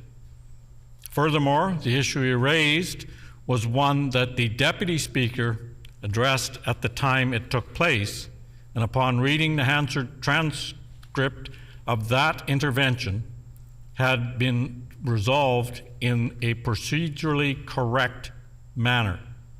In raising this issue the way he did, the member came dangerously close to reflecting on the chair, something that I have very recently cautioned all members against doing. Third, I would like to take this opportunity to clarify our rules and practices governing ministers making member statements. Our sub-rule 28(2) states a minister of the Crown may not use the time allotted for member statements to comment on government policy or ministerial or department action. Members might not be aware of this, but this rule has been in effect since 1966 when 1996, I'm sorry, when this item of routine proceedings was created. Member statements, as we know them today, were based on an item of business called non-political statements, which were exclusively for members to raise awareness of constituency-based issues or celebrating constituents. Ministers were only permitted to make non-political statements by leave of the House, and their comments had to be solely related to constituency matters. I think it is worth sharing that over the last 18 years, there have been multiple instances of speakers cautioning honorable ministers from both sides of the House who were in breach of this rule, including caucus colleagues of the official opposition House leader. This is a matter that, as Speaker, I am very aware of and will continue to rule on as past speakers have done before me. I would encourage all ministers to heed the words of Speaker Hicks, who concluded his 2001 ruling on a similar matter with the following. I would suggest to honorable ministers that if they are rising to speak on member statements, that the comment should be pertaining to the minister's constituency and should not be used to comment on the government policy or ministerial or department action. Lastly, the official opposition House Leader initially failed to conclude his submission with a motion, which could have required the presiding officer to immediately rule this matter of privilege out of order and dismiss it. The Deputy Speaker was under no obligation to remind the member to do this, and this warning to all members not to expect such generosity in the future. On a related note of parliamentary privilege, it is perhaps one of the most important principles under which this institution functions. A breach of privilege is a grave matter. In the last 30 years in this place, there have been hundreds of matters of privilege raised by all sides of the House, and only 2 of them were found to be prima facie cases. Many of those matters raised could be described as frivolous and arguably disrespectful to this House. To be clear on this issue, no side is blameless. I urge all members to take greater care and consideration in the future when researching and raising such matters, and not to raise matters of a frivolous nature under the banner of privilege. I thank you all for your attention to this ruling. The Honourable Opposition House Leader. Thank you, Honourable Speaker. With all due respect, I would like to challenge your ruling. The ruling of the chair has been challenged. All members in the House who support the ruling of the chair, please say aye. Aye. All those opposed, please say nay. Nay. I believe the ayes have it. The Honourable Opposition House Leader. I'd like a recorded vote, please. A recorded vote has been called. Please call in the members.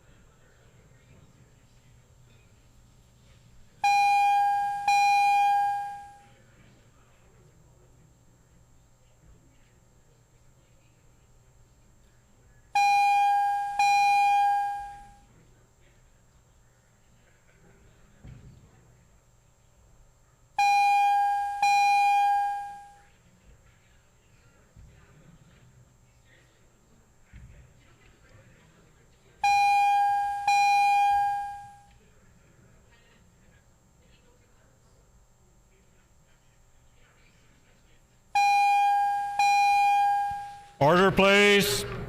The 1 hour for the ringing of the bells has expired. I am therefore requesting that the division bells be shut off and the House proceed to the vote.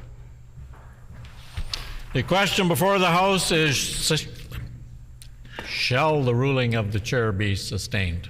All those in the House in favor, please rise. Okay.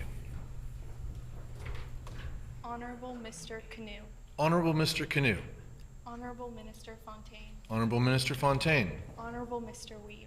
Honorable Mr. Weeb. Honorable Minister Asaguara. Honorable Minister Asaguara. Honorable Minister Sala. Honorable Minister Sala. Honorable Mr. Costician. Honorable Mr. Costician. Honorable Ms. Smith. Honorable Ms. Smith. Honorable Mr. Bushy. Honorable Mr. Bushy. Honorable Minister Marcelino. Honorable Minister Marcelino. Honorable Minister Schmidt. Honorable Minister Schmidt. Honorable Mr. Moses. Honorable Mr. Moses. Honorable Minister Cable. Honorable Minister Cable. Honorable Minister Naylor. Honorable Minister Naylor. Honorable Minister Sandhu. Honorable Minister Sandhu. Honorable Minister Kennedy. Honorable Minister Kennedy. Honorable Minister Morose. Honorable Minister Morose. Mr. Blaschko. Mr. Blaschko. MLA Chen. MLA Chen. MLA Moyes. MLA Moyes. MLA Pankratz. MLA Pankratz. MLA Devgan. MLA Devgan. Mr. Oxenham. Mr. Oxenham. MLA Loisel. MLA Loisel. MLA De La Cruz. MLA De La Cruz. Mrs. Schott. Mrs. Schott. MLA Mr. Brar. Mr. Brar. MLA Redhead. MLA Redhead. MLA Cross. MLA Cross. All those in the House opposed to the motion, please rise. Okay. Mr. Owasco. Mr. Owasco.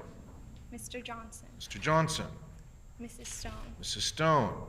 Mrs. Cook. Mrs. Cook. Mr. Nesbitt. Mr. Nesbitt. Ms. Byram. Ms. Byram. Mrs. Hebert. Mrs. Hebert. Mr. Jackson. Mr. Jackson. Mr. Wochuk. Mr. Wochuk. MLA Lagasse. No. Bariza. Bariza. MLA Bariza. Mr. Balkin. Mr. Balkin. Mr. Schuler. Mr. Schuler. Mr. Gertzi. Mr. Gertzen. Mr. King. Mr. King. Mr. Ginter. Mr. Ginter. Mr. Narth. Mr. Narth. Mr. Prashad. Mr. Prashad. And Mr. King. Mr. Khan. Khan. Mr. Khan. We will now conduct the alphabetical roll call of members participating virtually. As a reminder to all virtual members, please respond clearly with either I vote yes or I vote no, only when your name is called.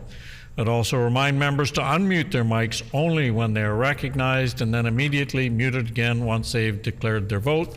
The page will now conduct the vote. MLA Compton.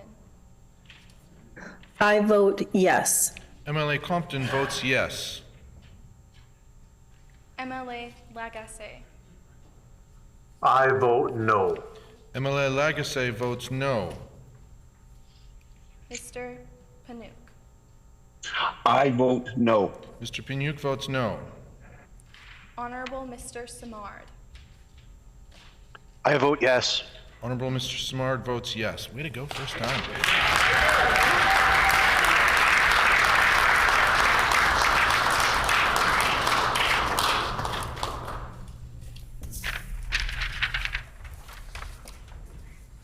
Ayes 30, nays 20.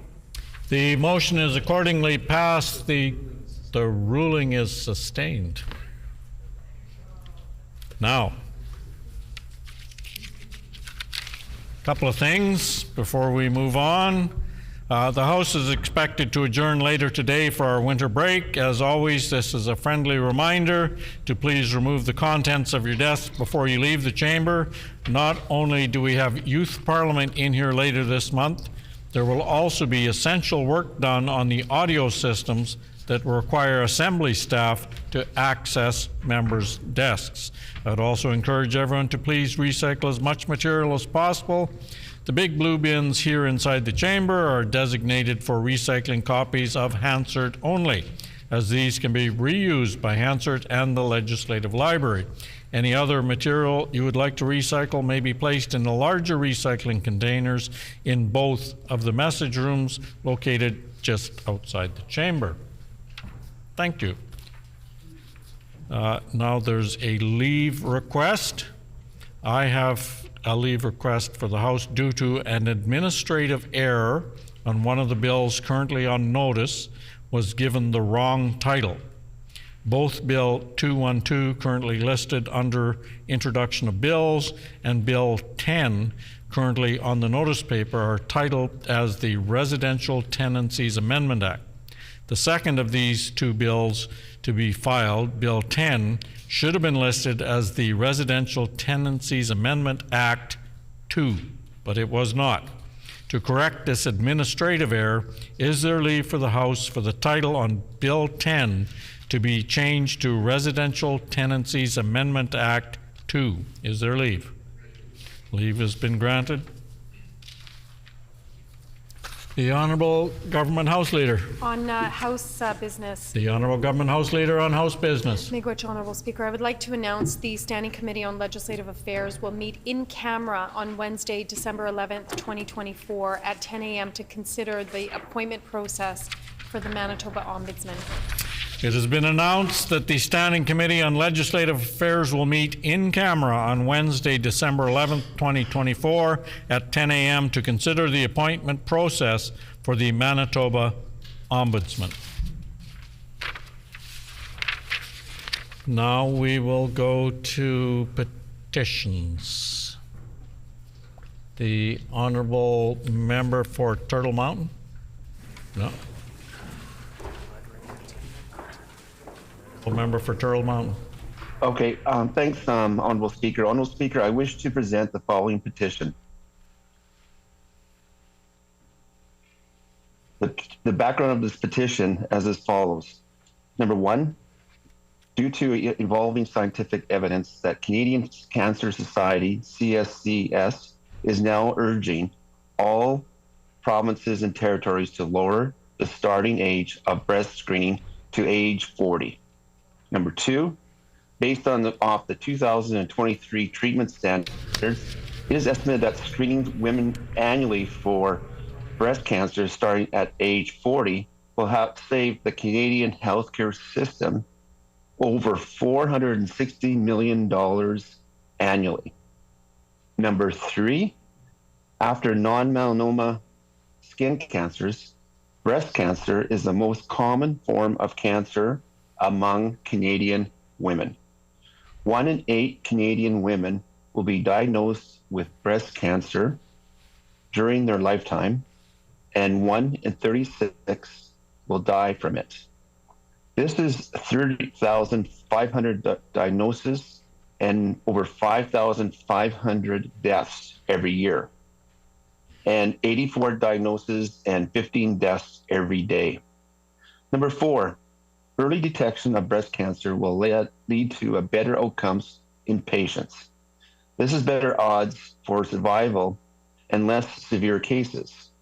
Women in their 40s who have access to mammograms have a 44% lower mortality rate from breast cancer than those who do not receive screenings. Number five, every other province and territory in Canada has already lowered the breast cancer screening age or announced their intentions to do so. Other provinces in Canada have already commenced the work of expanding screening programs and hiring additional technologists into the public healthcare system. Number six, Manitoba is currently behind the rest of the country and has no formal plan to increase its screening capacity or lower the breast cancer screening age. Number seven, lowering the breast cancer screening to age 40 in Manitoba will reduce long-term costs to the healthcare system because cancers that are caught earlier are typically less complicated to treat. We petitioned the Legislative Assembly of Manitoba as follows: to urge the provincial government to immediately put forward a plan to increase breast cancer screening capacity and lower the breast cancer screening age to 40. This has been signed by Douglas Adams, Barb Adams, Bill Street, and many Manitobans.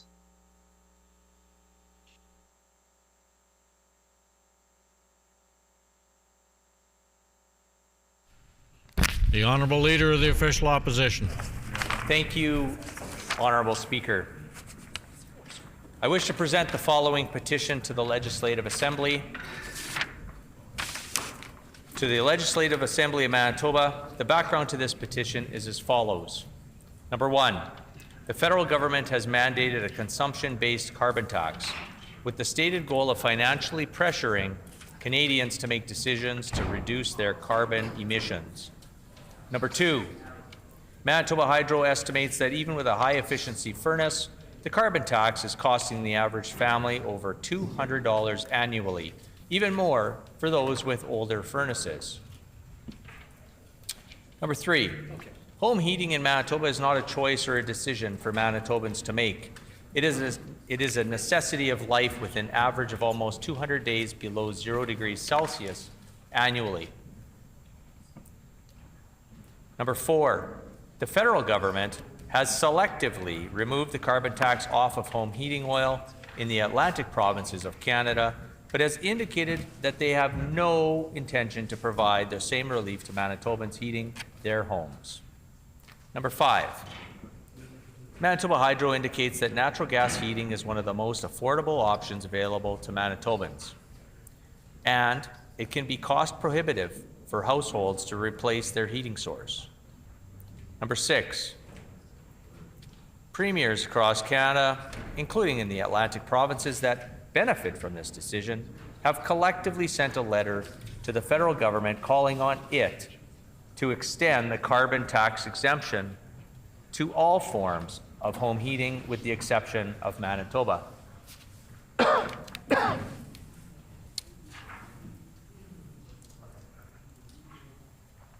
Number seven, Manitoba is one of the only provincial jurisdictions to have not agreed with the stance that all Canadians' home heating bills should be exempt from the carbon tax. Number eight, provincial leadership in other jurisdictions have already committed to removing the federal carbon tax from home heating bills.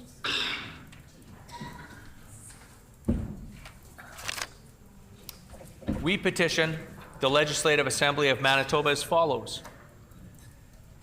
to urge the provincial government to remove the federal carbon tax on home heating bills for all Manitobans to provide them much needed relief. This petition is signed by Melanie Laviolette, Kurt Gretzinger, Fallon Stanley, and many, many more fine Manitobans. Deputy Acting Speaker.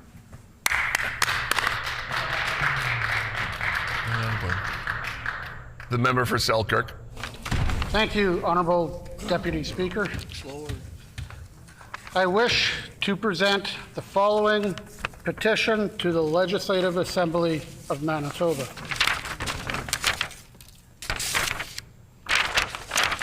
To the Legislative Assembly of Manitoba, the background to this petition is as follows.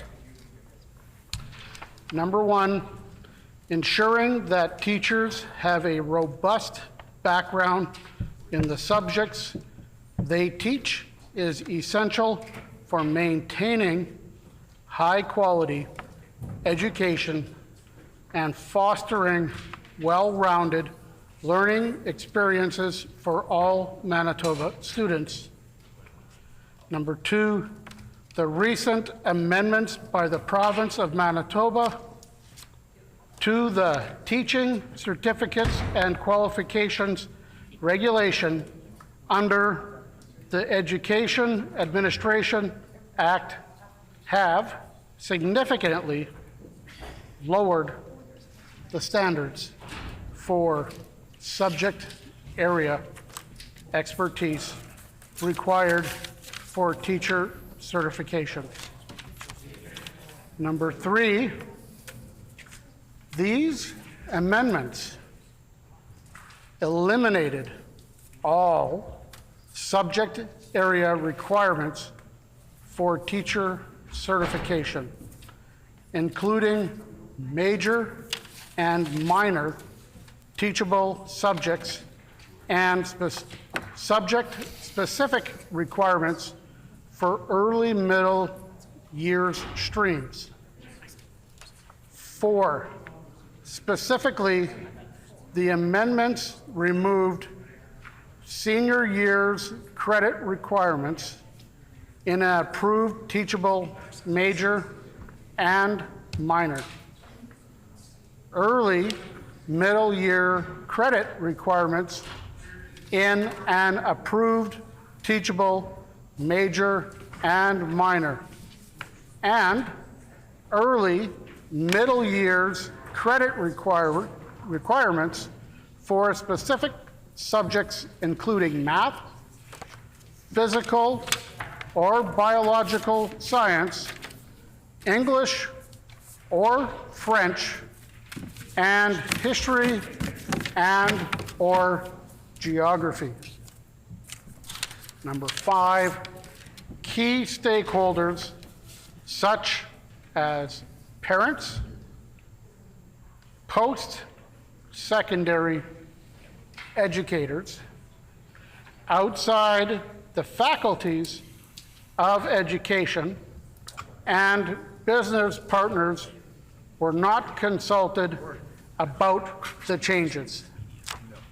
6, the removal of subject-specific requirements undermines the educational quality in Manitoba schools by permitting teachers to enter the classroom without sufficient training in core academic areas, thereby compromising the education that Manitoba students receive. We petition the Legislative Assembly of Manitoba as follows. Number 1, to urge the Minister of Education and Early Childhood Learning to reverse recent amendments to the Teaching Certificates and Qualifications Regulation that weaken subject area requirements for teacher certification, and to reinstate teachable majors and minors in early middle years requirements, which are essential for ensuring teachers have strong knowledge in core subject areas. Number 2, to urge the provincial government to address teacher shortages through alternative measures that uphold rigorous subject area standards, which are critical for providing quality education to all Manitoba students.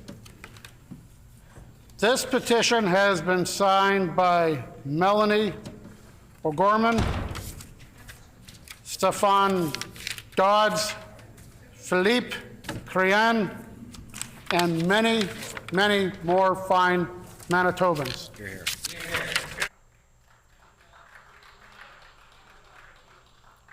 The member for Brandon West. Thank you, Honorable Assistant Deputy Speaker. I wish to present the following petition to the Legislative Assembly.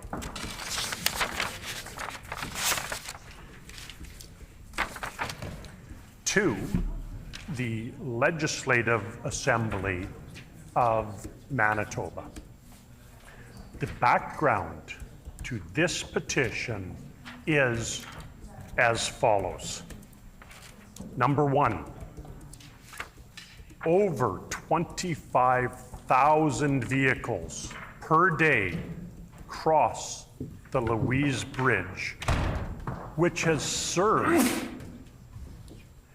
as a vital link for vehicular traffic between northeast Winnipeg and the downtown for the last 113 years. Number two, the current structure will undoubtedly be declared unsafe in a few years as it has deteriorated extensively, is now functionally obsolete, and therefore more subject to more frequent unplanned repairs and cannot be widened to accommodate future traffic capacity. Number three, as far back as 2008, the City of Winnipeg, or city, has studied where the new replacement bridge should be situated. Number four, after including the bridge replacement in the city's 5-year capital budget forecast in 2009, the new bridge became a short-term construction priority in the city's transportation master plan of 2011. Number five, city capital and budget plans identified replacement of the Louise Bridge on a site just east of the bridge and expropriated homes there on the south side of Narren Avenue in anticipation of a 2015 start. Number six, in 2014, the new city administration did not make use of the available federal infrastructure funds. Number seven, the new Louise Bridge Committee began its campaign to demand a new bridge, and its surveys confirmed residents wanted a new bridge beside the current bridge, with the old bridge kept open for local traffic. Number eight, the city tethered the Louise Bridge replacement issue to its new transportation master plan and Eastern Corridor project. Its recommendations have now identified the location of the new Louise Bridge to be placed just to the west of the current bridge, not to the east, as was originally proposed. Very confusing. Number 9, the city expropriation process has begun. The $6.35 million street upgrade of Marin Avenue from Watt Street to the 113-year-old bridge is complete. Number 10, the new city administration has delayed the decision on the Louise Bridge for a minimum of 1 year, and possibly up to 10 years, unless the province steps in on behalf of the Northeast Winnipeg residents and completes the overdue link. Number 11, the Premier has a duty to direct the provincial government to provide financial assistance to the city so it can complete this long overdue vital link to Northeast Winnipeg and Transcona. We petition the Legislative Assembly of Manitoba as follows. Number 1, to urge the Premier to financially assist the City of Winnipeg on building this 3-lane bridge in each direction to maintain this vital link between Northeast Winnipeg, Transcona, and the downtown.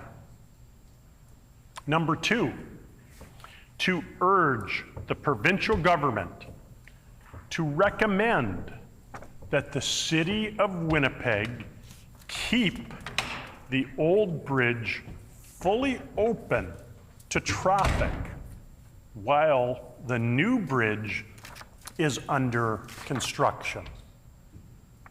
Number 3, to urge the provincial government to consider the feasibility of keeping the old bridge open for active transportation in the future. Honorable Deputy Speaker, this petition was signed by Josiah Clark, Angela Mallow, Shalane Bloomer, and many, many other fine Manitobans. Nice work.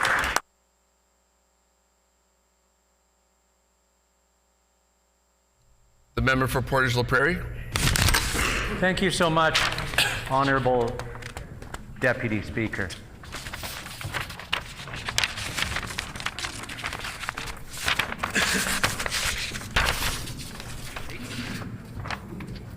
I wish to present the following petition to the Legislative Assembly. The background to this petition is as follows. Number 1, thanks to the investment made under the previous PC provincial government as part of the Clinical and Preventative Service Plan, construction for the new Portage Regional Health Facility is well underway. The facility and surrounding community would greatly benefit from an added diagnostic machinery and equipment, but specifically the addition of an MRI machine.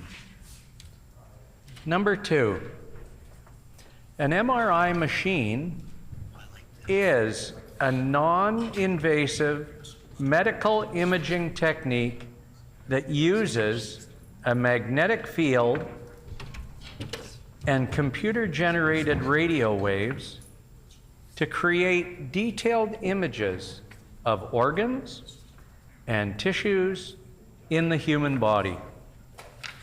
It is used for disease detection, diagnosis, and treatment monitoring.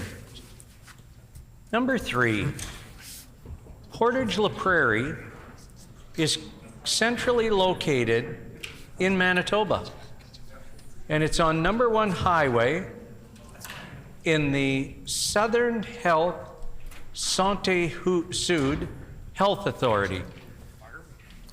Currently, there is only 1 MRI machine in the RHA. Number 4, correct.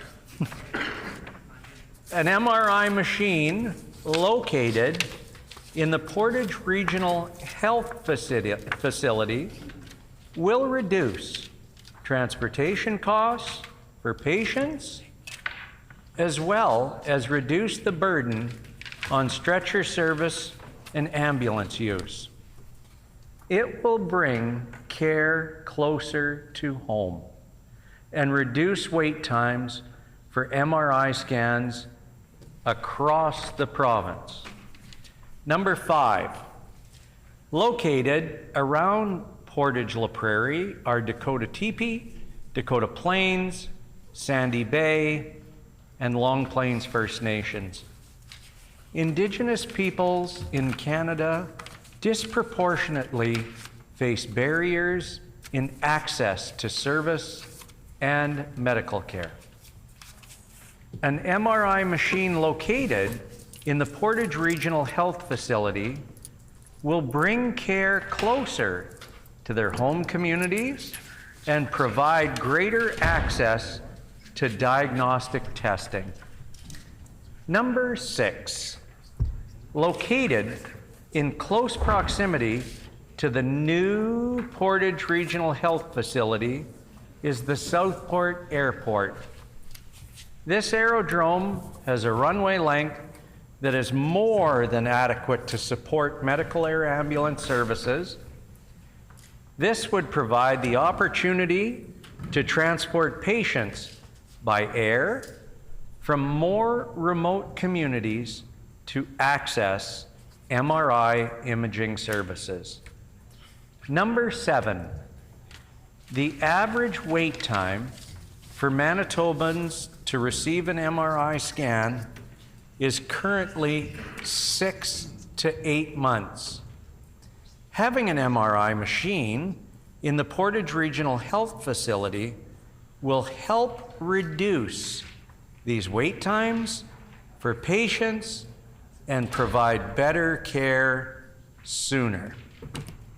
We petition the Legislative Assembly of Manitoba as follows: to urge the provincial government to support the investment and placement of an MRI machine in the Portage Regional Health Facility in Portage La Prairie, Manitoba.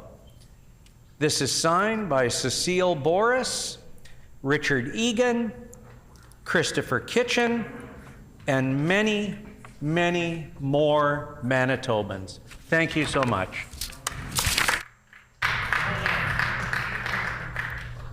The member for Agassiz. Thank you, Honorable Deputy Speaker. I wish to present the following petition. To the Legislative Assembly of Manitoba. The background to this petition is as follows. Number 1, Provincial Trunk Highway 34, PTH 34, is a 2-lane provincial primary highway that runs from the U.S. border where it meets with ND 20 to PTH 16 at the town of Gladstone. Number 2, PTH 34 runs north-south in the south-central region of the province. It is the main highway for the towns of Crystal City, Pilot Mound, and Holland, serving as a main corridor for semi-trailers, farm equipment, daily drivers, and local school bus routes. Number 3, a new bridge is currently being constructed over the Assiniboine River at PTH 34, north of Holland, in the RM of Victoria. The bridge serves as an important north-south link over the Assiniboine River between the Trans-Canada Highway and PTH 2. Number 4, the deterioration of PTH 34 has raised major concerns due to its narrow shoulders and numerous deep potholes that pose serious safety risks, considering farmers often need to use the highway to transport heavy equipment. Number 5, construction of a new bridge in accordance with current design codes and the RTAC standard located on PTH 34, crossing the Assiniboine River, will support trade and commerce and improve public safety in the area, and also accommodate flood events on the Assiniboine River. We petition the Legislative Assembly of Manitoba as follows: to urge the provincial government to address the conditions of Provincial Trunk Highway 34, making the necessary upgrades to RTAC standard, and to resurface the road once the new bridge has been completed. This has been signed by Leona Lowen, Bev Mackinson, Don Mackinson, and many, many, many more Manitobans. Thank you.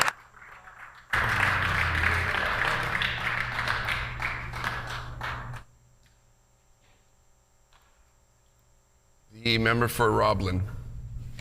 Thank you, Honorable Assistant Deputy Speaker. I wish to present the following petition to the Legislative Assembly.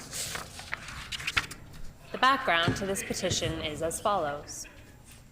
Phoenix School, a kindergarten to grade 5 school located in Headingley, has experienced consistent enrollment growth over the last several years.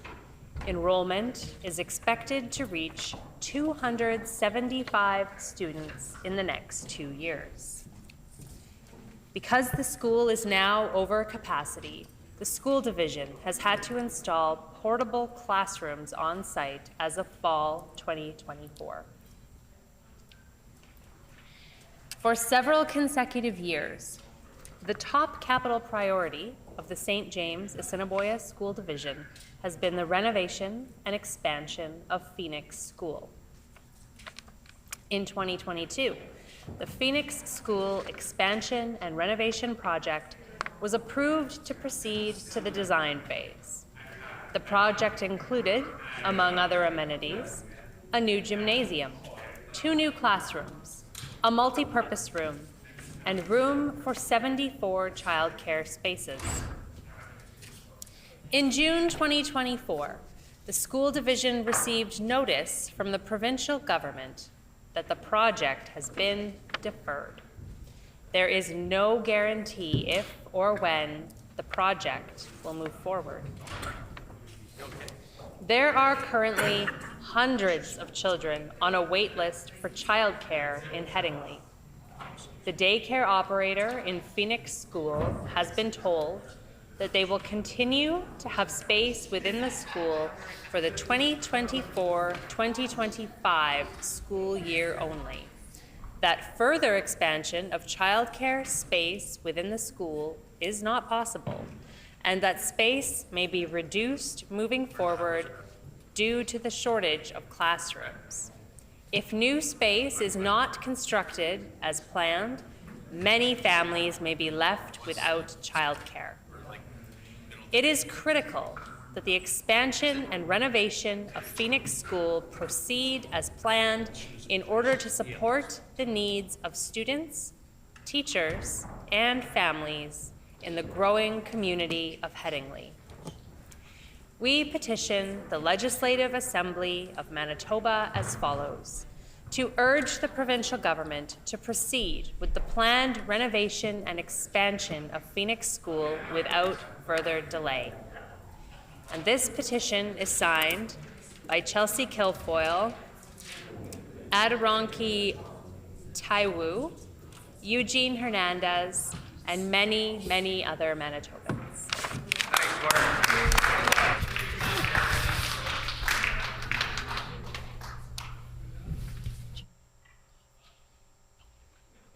Your honourable member for Borderland.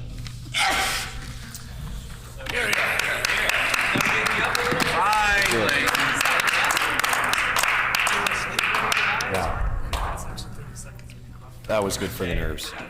I wish to present the following petition to the Legislative Assembly.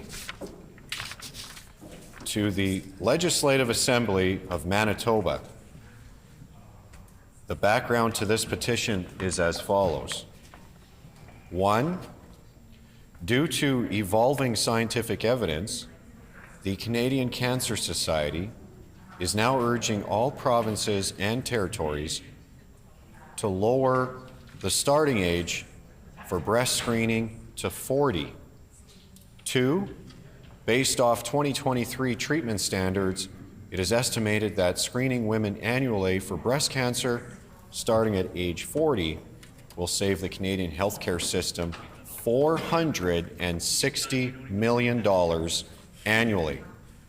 3, after non-melanoma skin cancers, breast cancer is the most common form of cancer among Canadian women.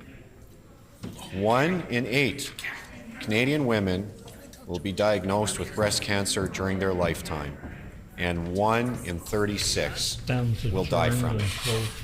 This is 30,500 diagnoses and 5,500 deaths every year, and 84 diagnoses and 15 deaths every day. 4, early detection of breast cancer will lead to better outcomes in patients with better odds of survival and less severe cases. Women in their 40s who have access to mammograms have a 44% lower mortality rate from breast cancer than those who don't receive screening.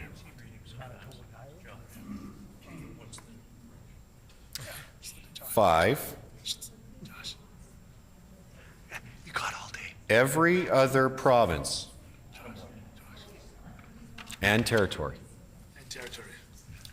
in Canada has already lowered the breast cancer screening age or announced their intentions to do so. Other provinces in Canada have already commenced the work of expanding screening programs and hiring additional technologists into their public health care system.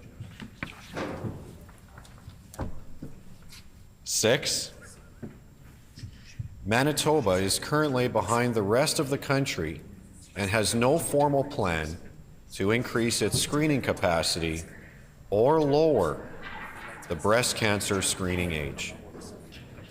7, lowering the breast cancer screening age to 40 in Manitoba will reduce long-term costs to the healthcare system because cancers that are caught earlier are typically less complicated to treat. We petition the Legislative Assembly of Manitoba as follows. To urge the provincial government to immediately put forward a plan to increase breast cancer screening capacity and lower the breast cancer screening age to 40.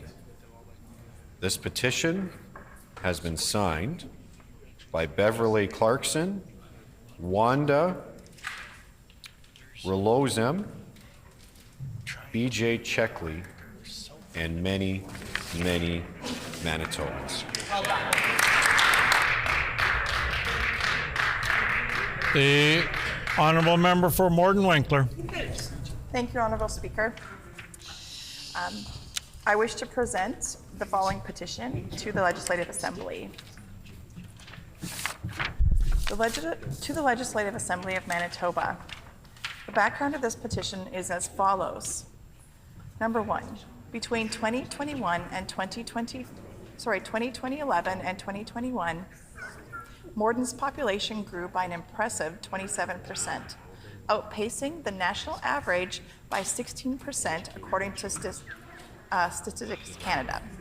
Number two, while growth is welcome and encouraged, Morden has long faced a critical need for infrastructure upgrades to meet current demands and support future development.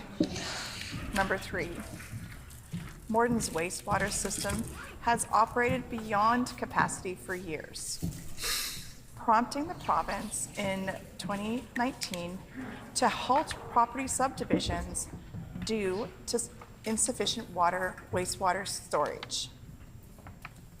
Number four, as of 2024, after exploring all options, the city announced in July that the estimated costs for critical infrastructure upgrades has risen from $70 million to $88 million to possibly $108 million.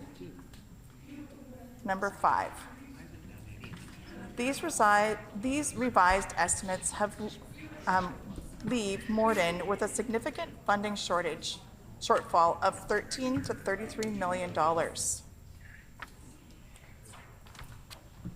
Number six, despite efforts to address the gap, including plans to raise utility fees for residents and businesses, such increases that have been delayed since 2017 due to the lack of an approved capital project, taxation is not enough.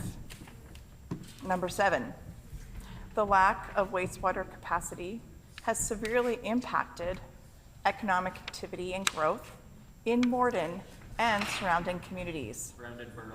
Without much needed wastewater infrastructure investments, growth and economic development will be hindered in all of southern Manitoba. We petition the Legislative Assembly as follows. Number one, to urge the provincial government to take immediate action and recognize the critical need of this wastewater project for economic growth and environmental sustainability by committing to advocating and working with the federal government to close the gap with additional funding for Morden's wastewater treatment system. Number two, to urge the provincial government to ensure all levels of government and regulatory bodies will expedite necessary funding and approvals necessary to advance the Morden wastewater project with no further delays, to ensure no hindrance to growth and economic development for Morden and southern Manitoba. This petition has been signed by Brenda D. Clausen, Sheldon Friesen, and Ken Clausen, and many other great Manitobans. Good job, Carrie. The honourable member for Interlake Gimli. Honourable Speaker, I wish to present the following petition to the Legislative Assembly.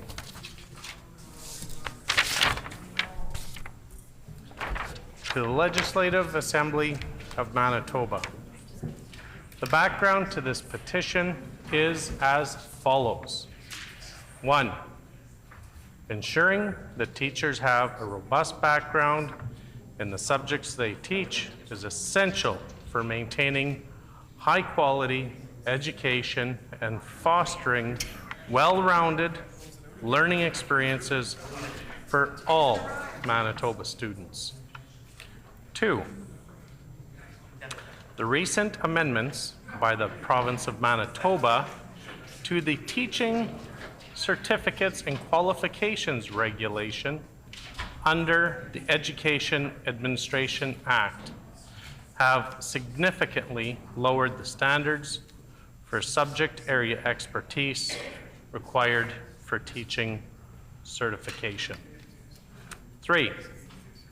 These amendments eliminated all subject area requirements for teacher certification, including major and minor teachable subjects and subject-specific requirements for early middle years streams. 4. Specifically, the amendments removed seniors' years credit requirements in an approved teachable major and minor, early middle years credit requirements in an approved teachable major and minor, and early middle years credit requirements for specific subjects including math, physical or biological science, English or French, and history and or geography. 5. Key stakeholders, such as parents, post-secondary educators outside the faculties of education, and business partners were not consulted about the changes. 6. The removal of subject-specific requirements undermines the educational quality in Manitoba schools by permitting teachers to enter the classroom without sufficient training in core academic areas, thereby compromising the education that Manitoba students received. We petition the Legislative Assembly of Manitoba as follows. 1. To urge the Minister of Education and Early Childhood Learning to reverse recent amendments to the Teaching Certificates and Qualifications Regulation that weaken subject area requirements for teacher certification, and to reinstate teachable majors and minors and early middle year requirements, which are essential for ensuring teachers have strong knowledge in core subject areas. 2. To urge the provincial government to address teacher shortages through alternative measures that uphold rigorous subject area standards, which are critical for providing quality education to all Manitoba students. This petition has been signed by many, many, many Manitobans. Honorable Speaker.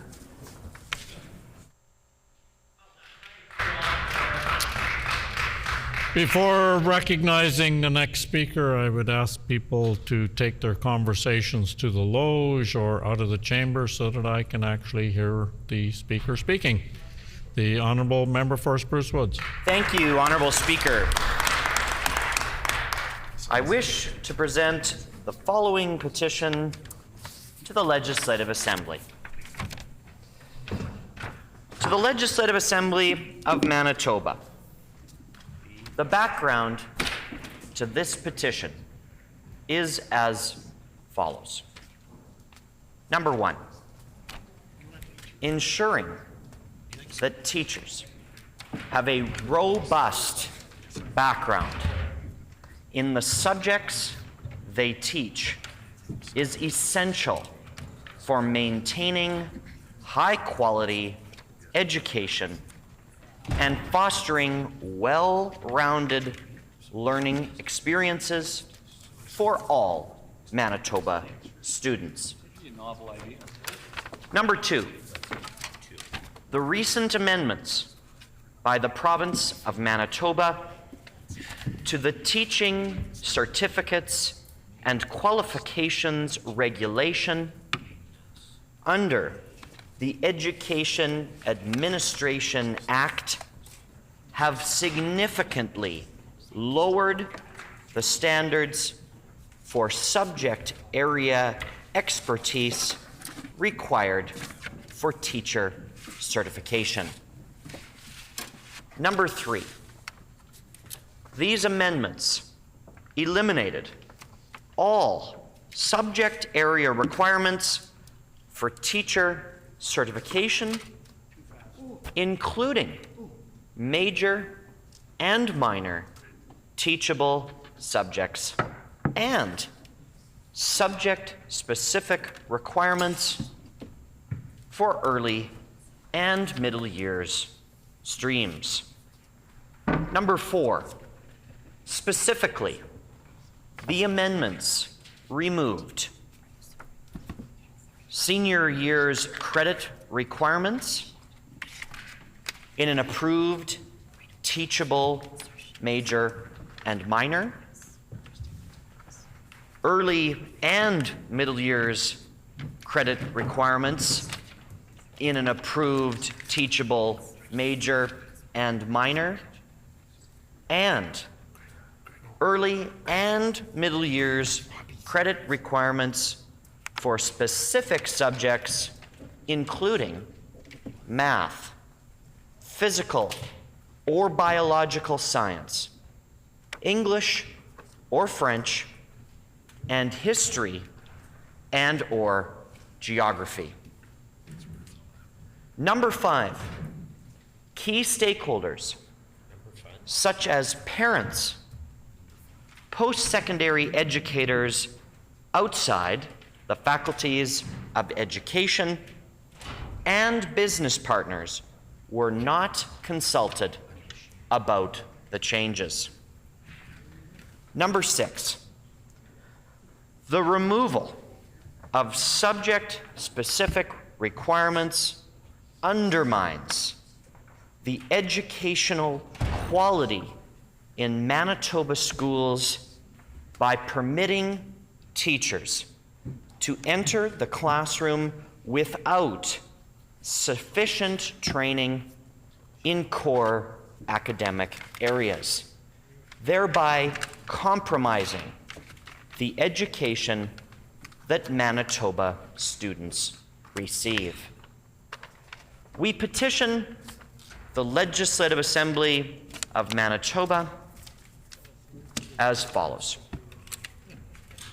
Number 1, to urge the Minister of Education and Early Childhood Learning to reverse recent amendments to the Teaching Certificates and Qualifications Regulation that weaken subject area requirements for teacher certification and to reinstate teachable majors and minors and early and middle years requirements, which are essential for ensuring teachers have strong knowledge in core subject areas. And number 2, to urge the provincial government to address teacher shortages through alternative measures that uphold rigorous subject area standards. which are critical for providing quality education to all Manitoba students.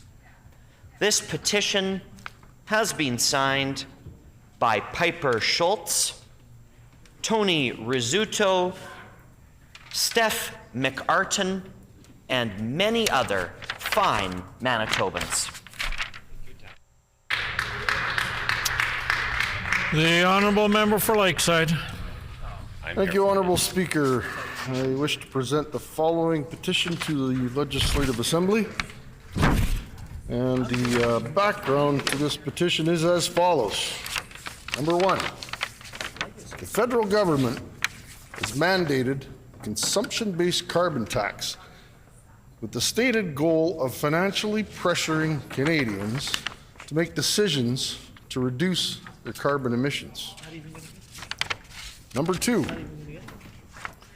Manitoba Hydro estimates that even with a high-efficiency furnace, the carbon tax is costing the average family over $200 annually. Even more for those with older furnaces. Number three, home heating in Manitoba is not a choice or a decision for Manitobans to make. It is a necessity of life, with an average of almost 200 days below 0 degrees Celsius annually. Number four, the federal government has selectively removed the carbon tax off of home heating oil in the Atlantic provinces of Canada, but has indicated that they have no intention to provide the same relief to Manitobans heating their homes. Number five, Manitoba Hydro indicates that natural gas heating is one of the most affordable options available to Manitobans, and it can be cost prohibitive for households to replace their heating source. Number six, premiers across Canada, including in the Atlantic provinces that benefit from this decision, have collectively sent a letter to the federal government calling on it to extend the carbon tax exemption to all forms of home heating, with the exception of Manitoba. Number seven, Manitoba is one of the only provincial jurisdictions to have not agreed with the stance that all Canadians' home heating bills should be exempt from the carbon tax. Number eight, provincial leadership in other jurisdictions have already committed to removing the federal carbon tax from home heating bills. We petition the Legislative Assembly of Manitoba as follows: to urge the provincial government to remove the federal carbon tax on home heating bills for all Manitobans to provide them much needed relief. And this petition is signed by Nitin Aroru, Carolina Favioli, and Lou Sato, and many Manitobans. Fine. Thank you, Honourable.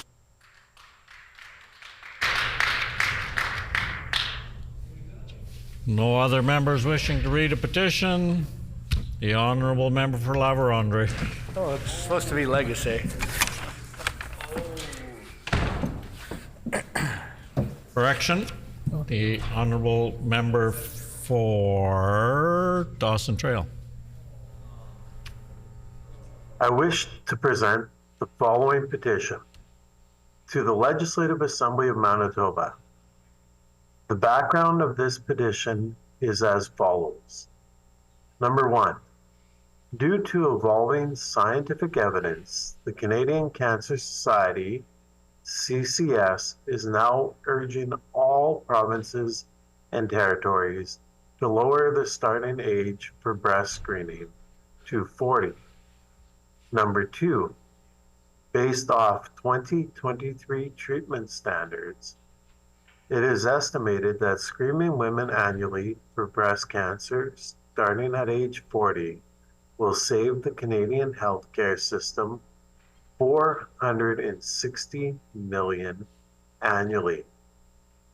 Number 3, after non-melanoma skin cancers, breast cancer is the most common form of cancer among Canadian women.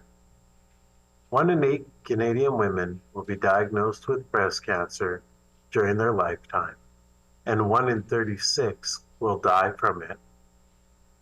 This is 30,500 diagnoses and 5,500 deaths every year, and 84 diagnoses and 15 deaths every day.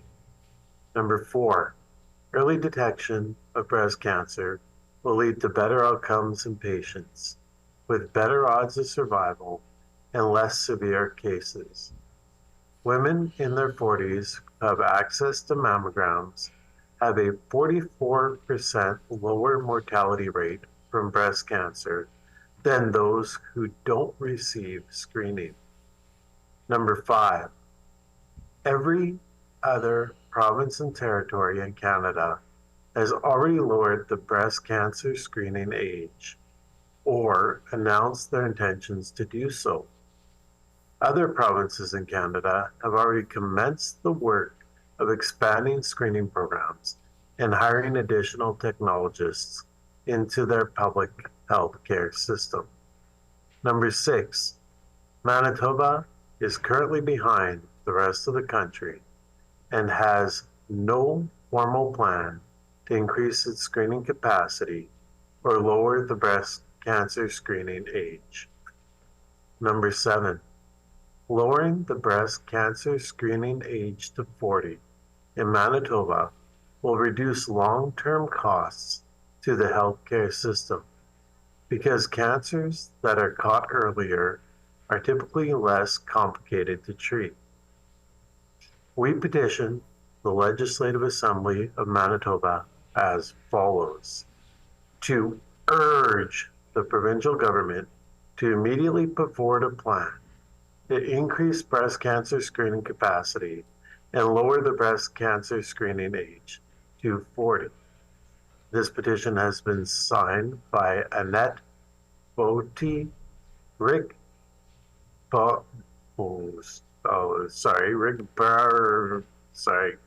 Connie Hellenhuck, and many other Manitobans. Order, please. Just before we rise, I want to remind members once again, if you have not already done so, please remove the contents from your desks before you leave the chamber. The hour being 5 o'clock, this House is adjourned and stands adjourned until Wednesday, March 5th, 2025, or to the call of the Speaker. And once again, you're all invited to come to the Speaker's office after.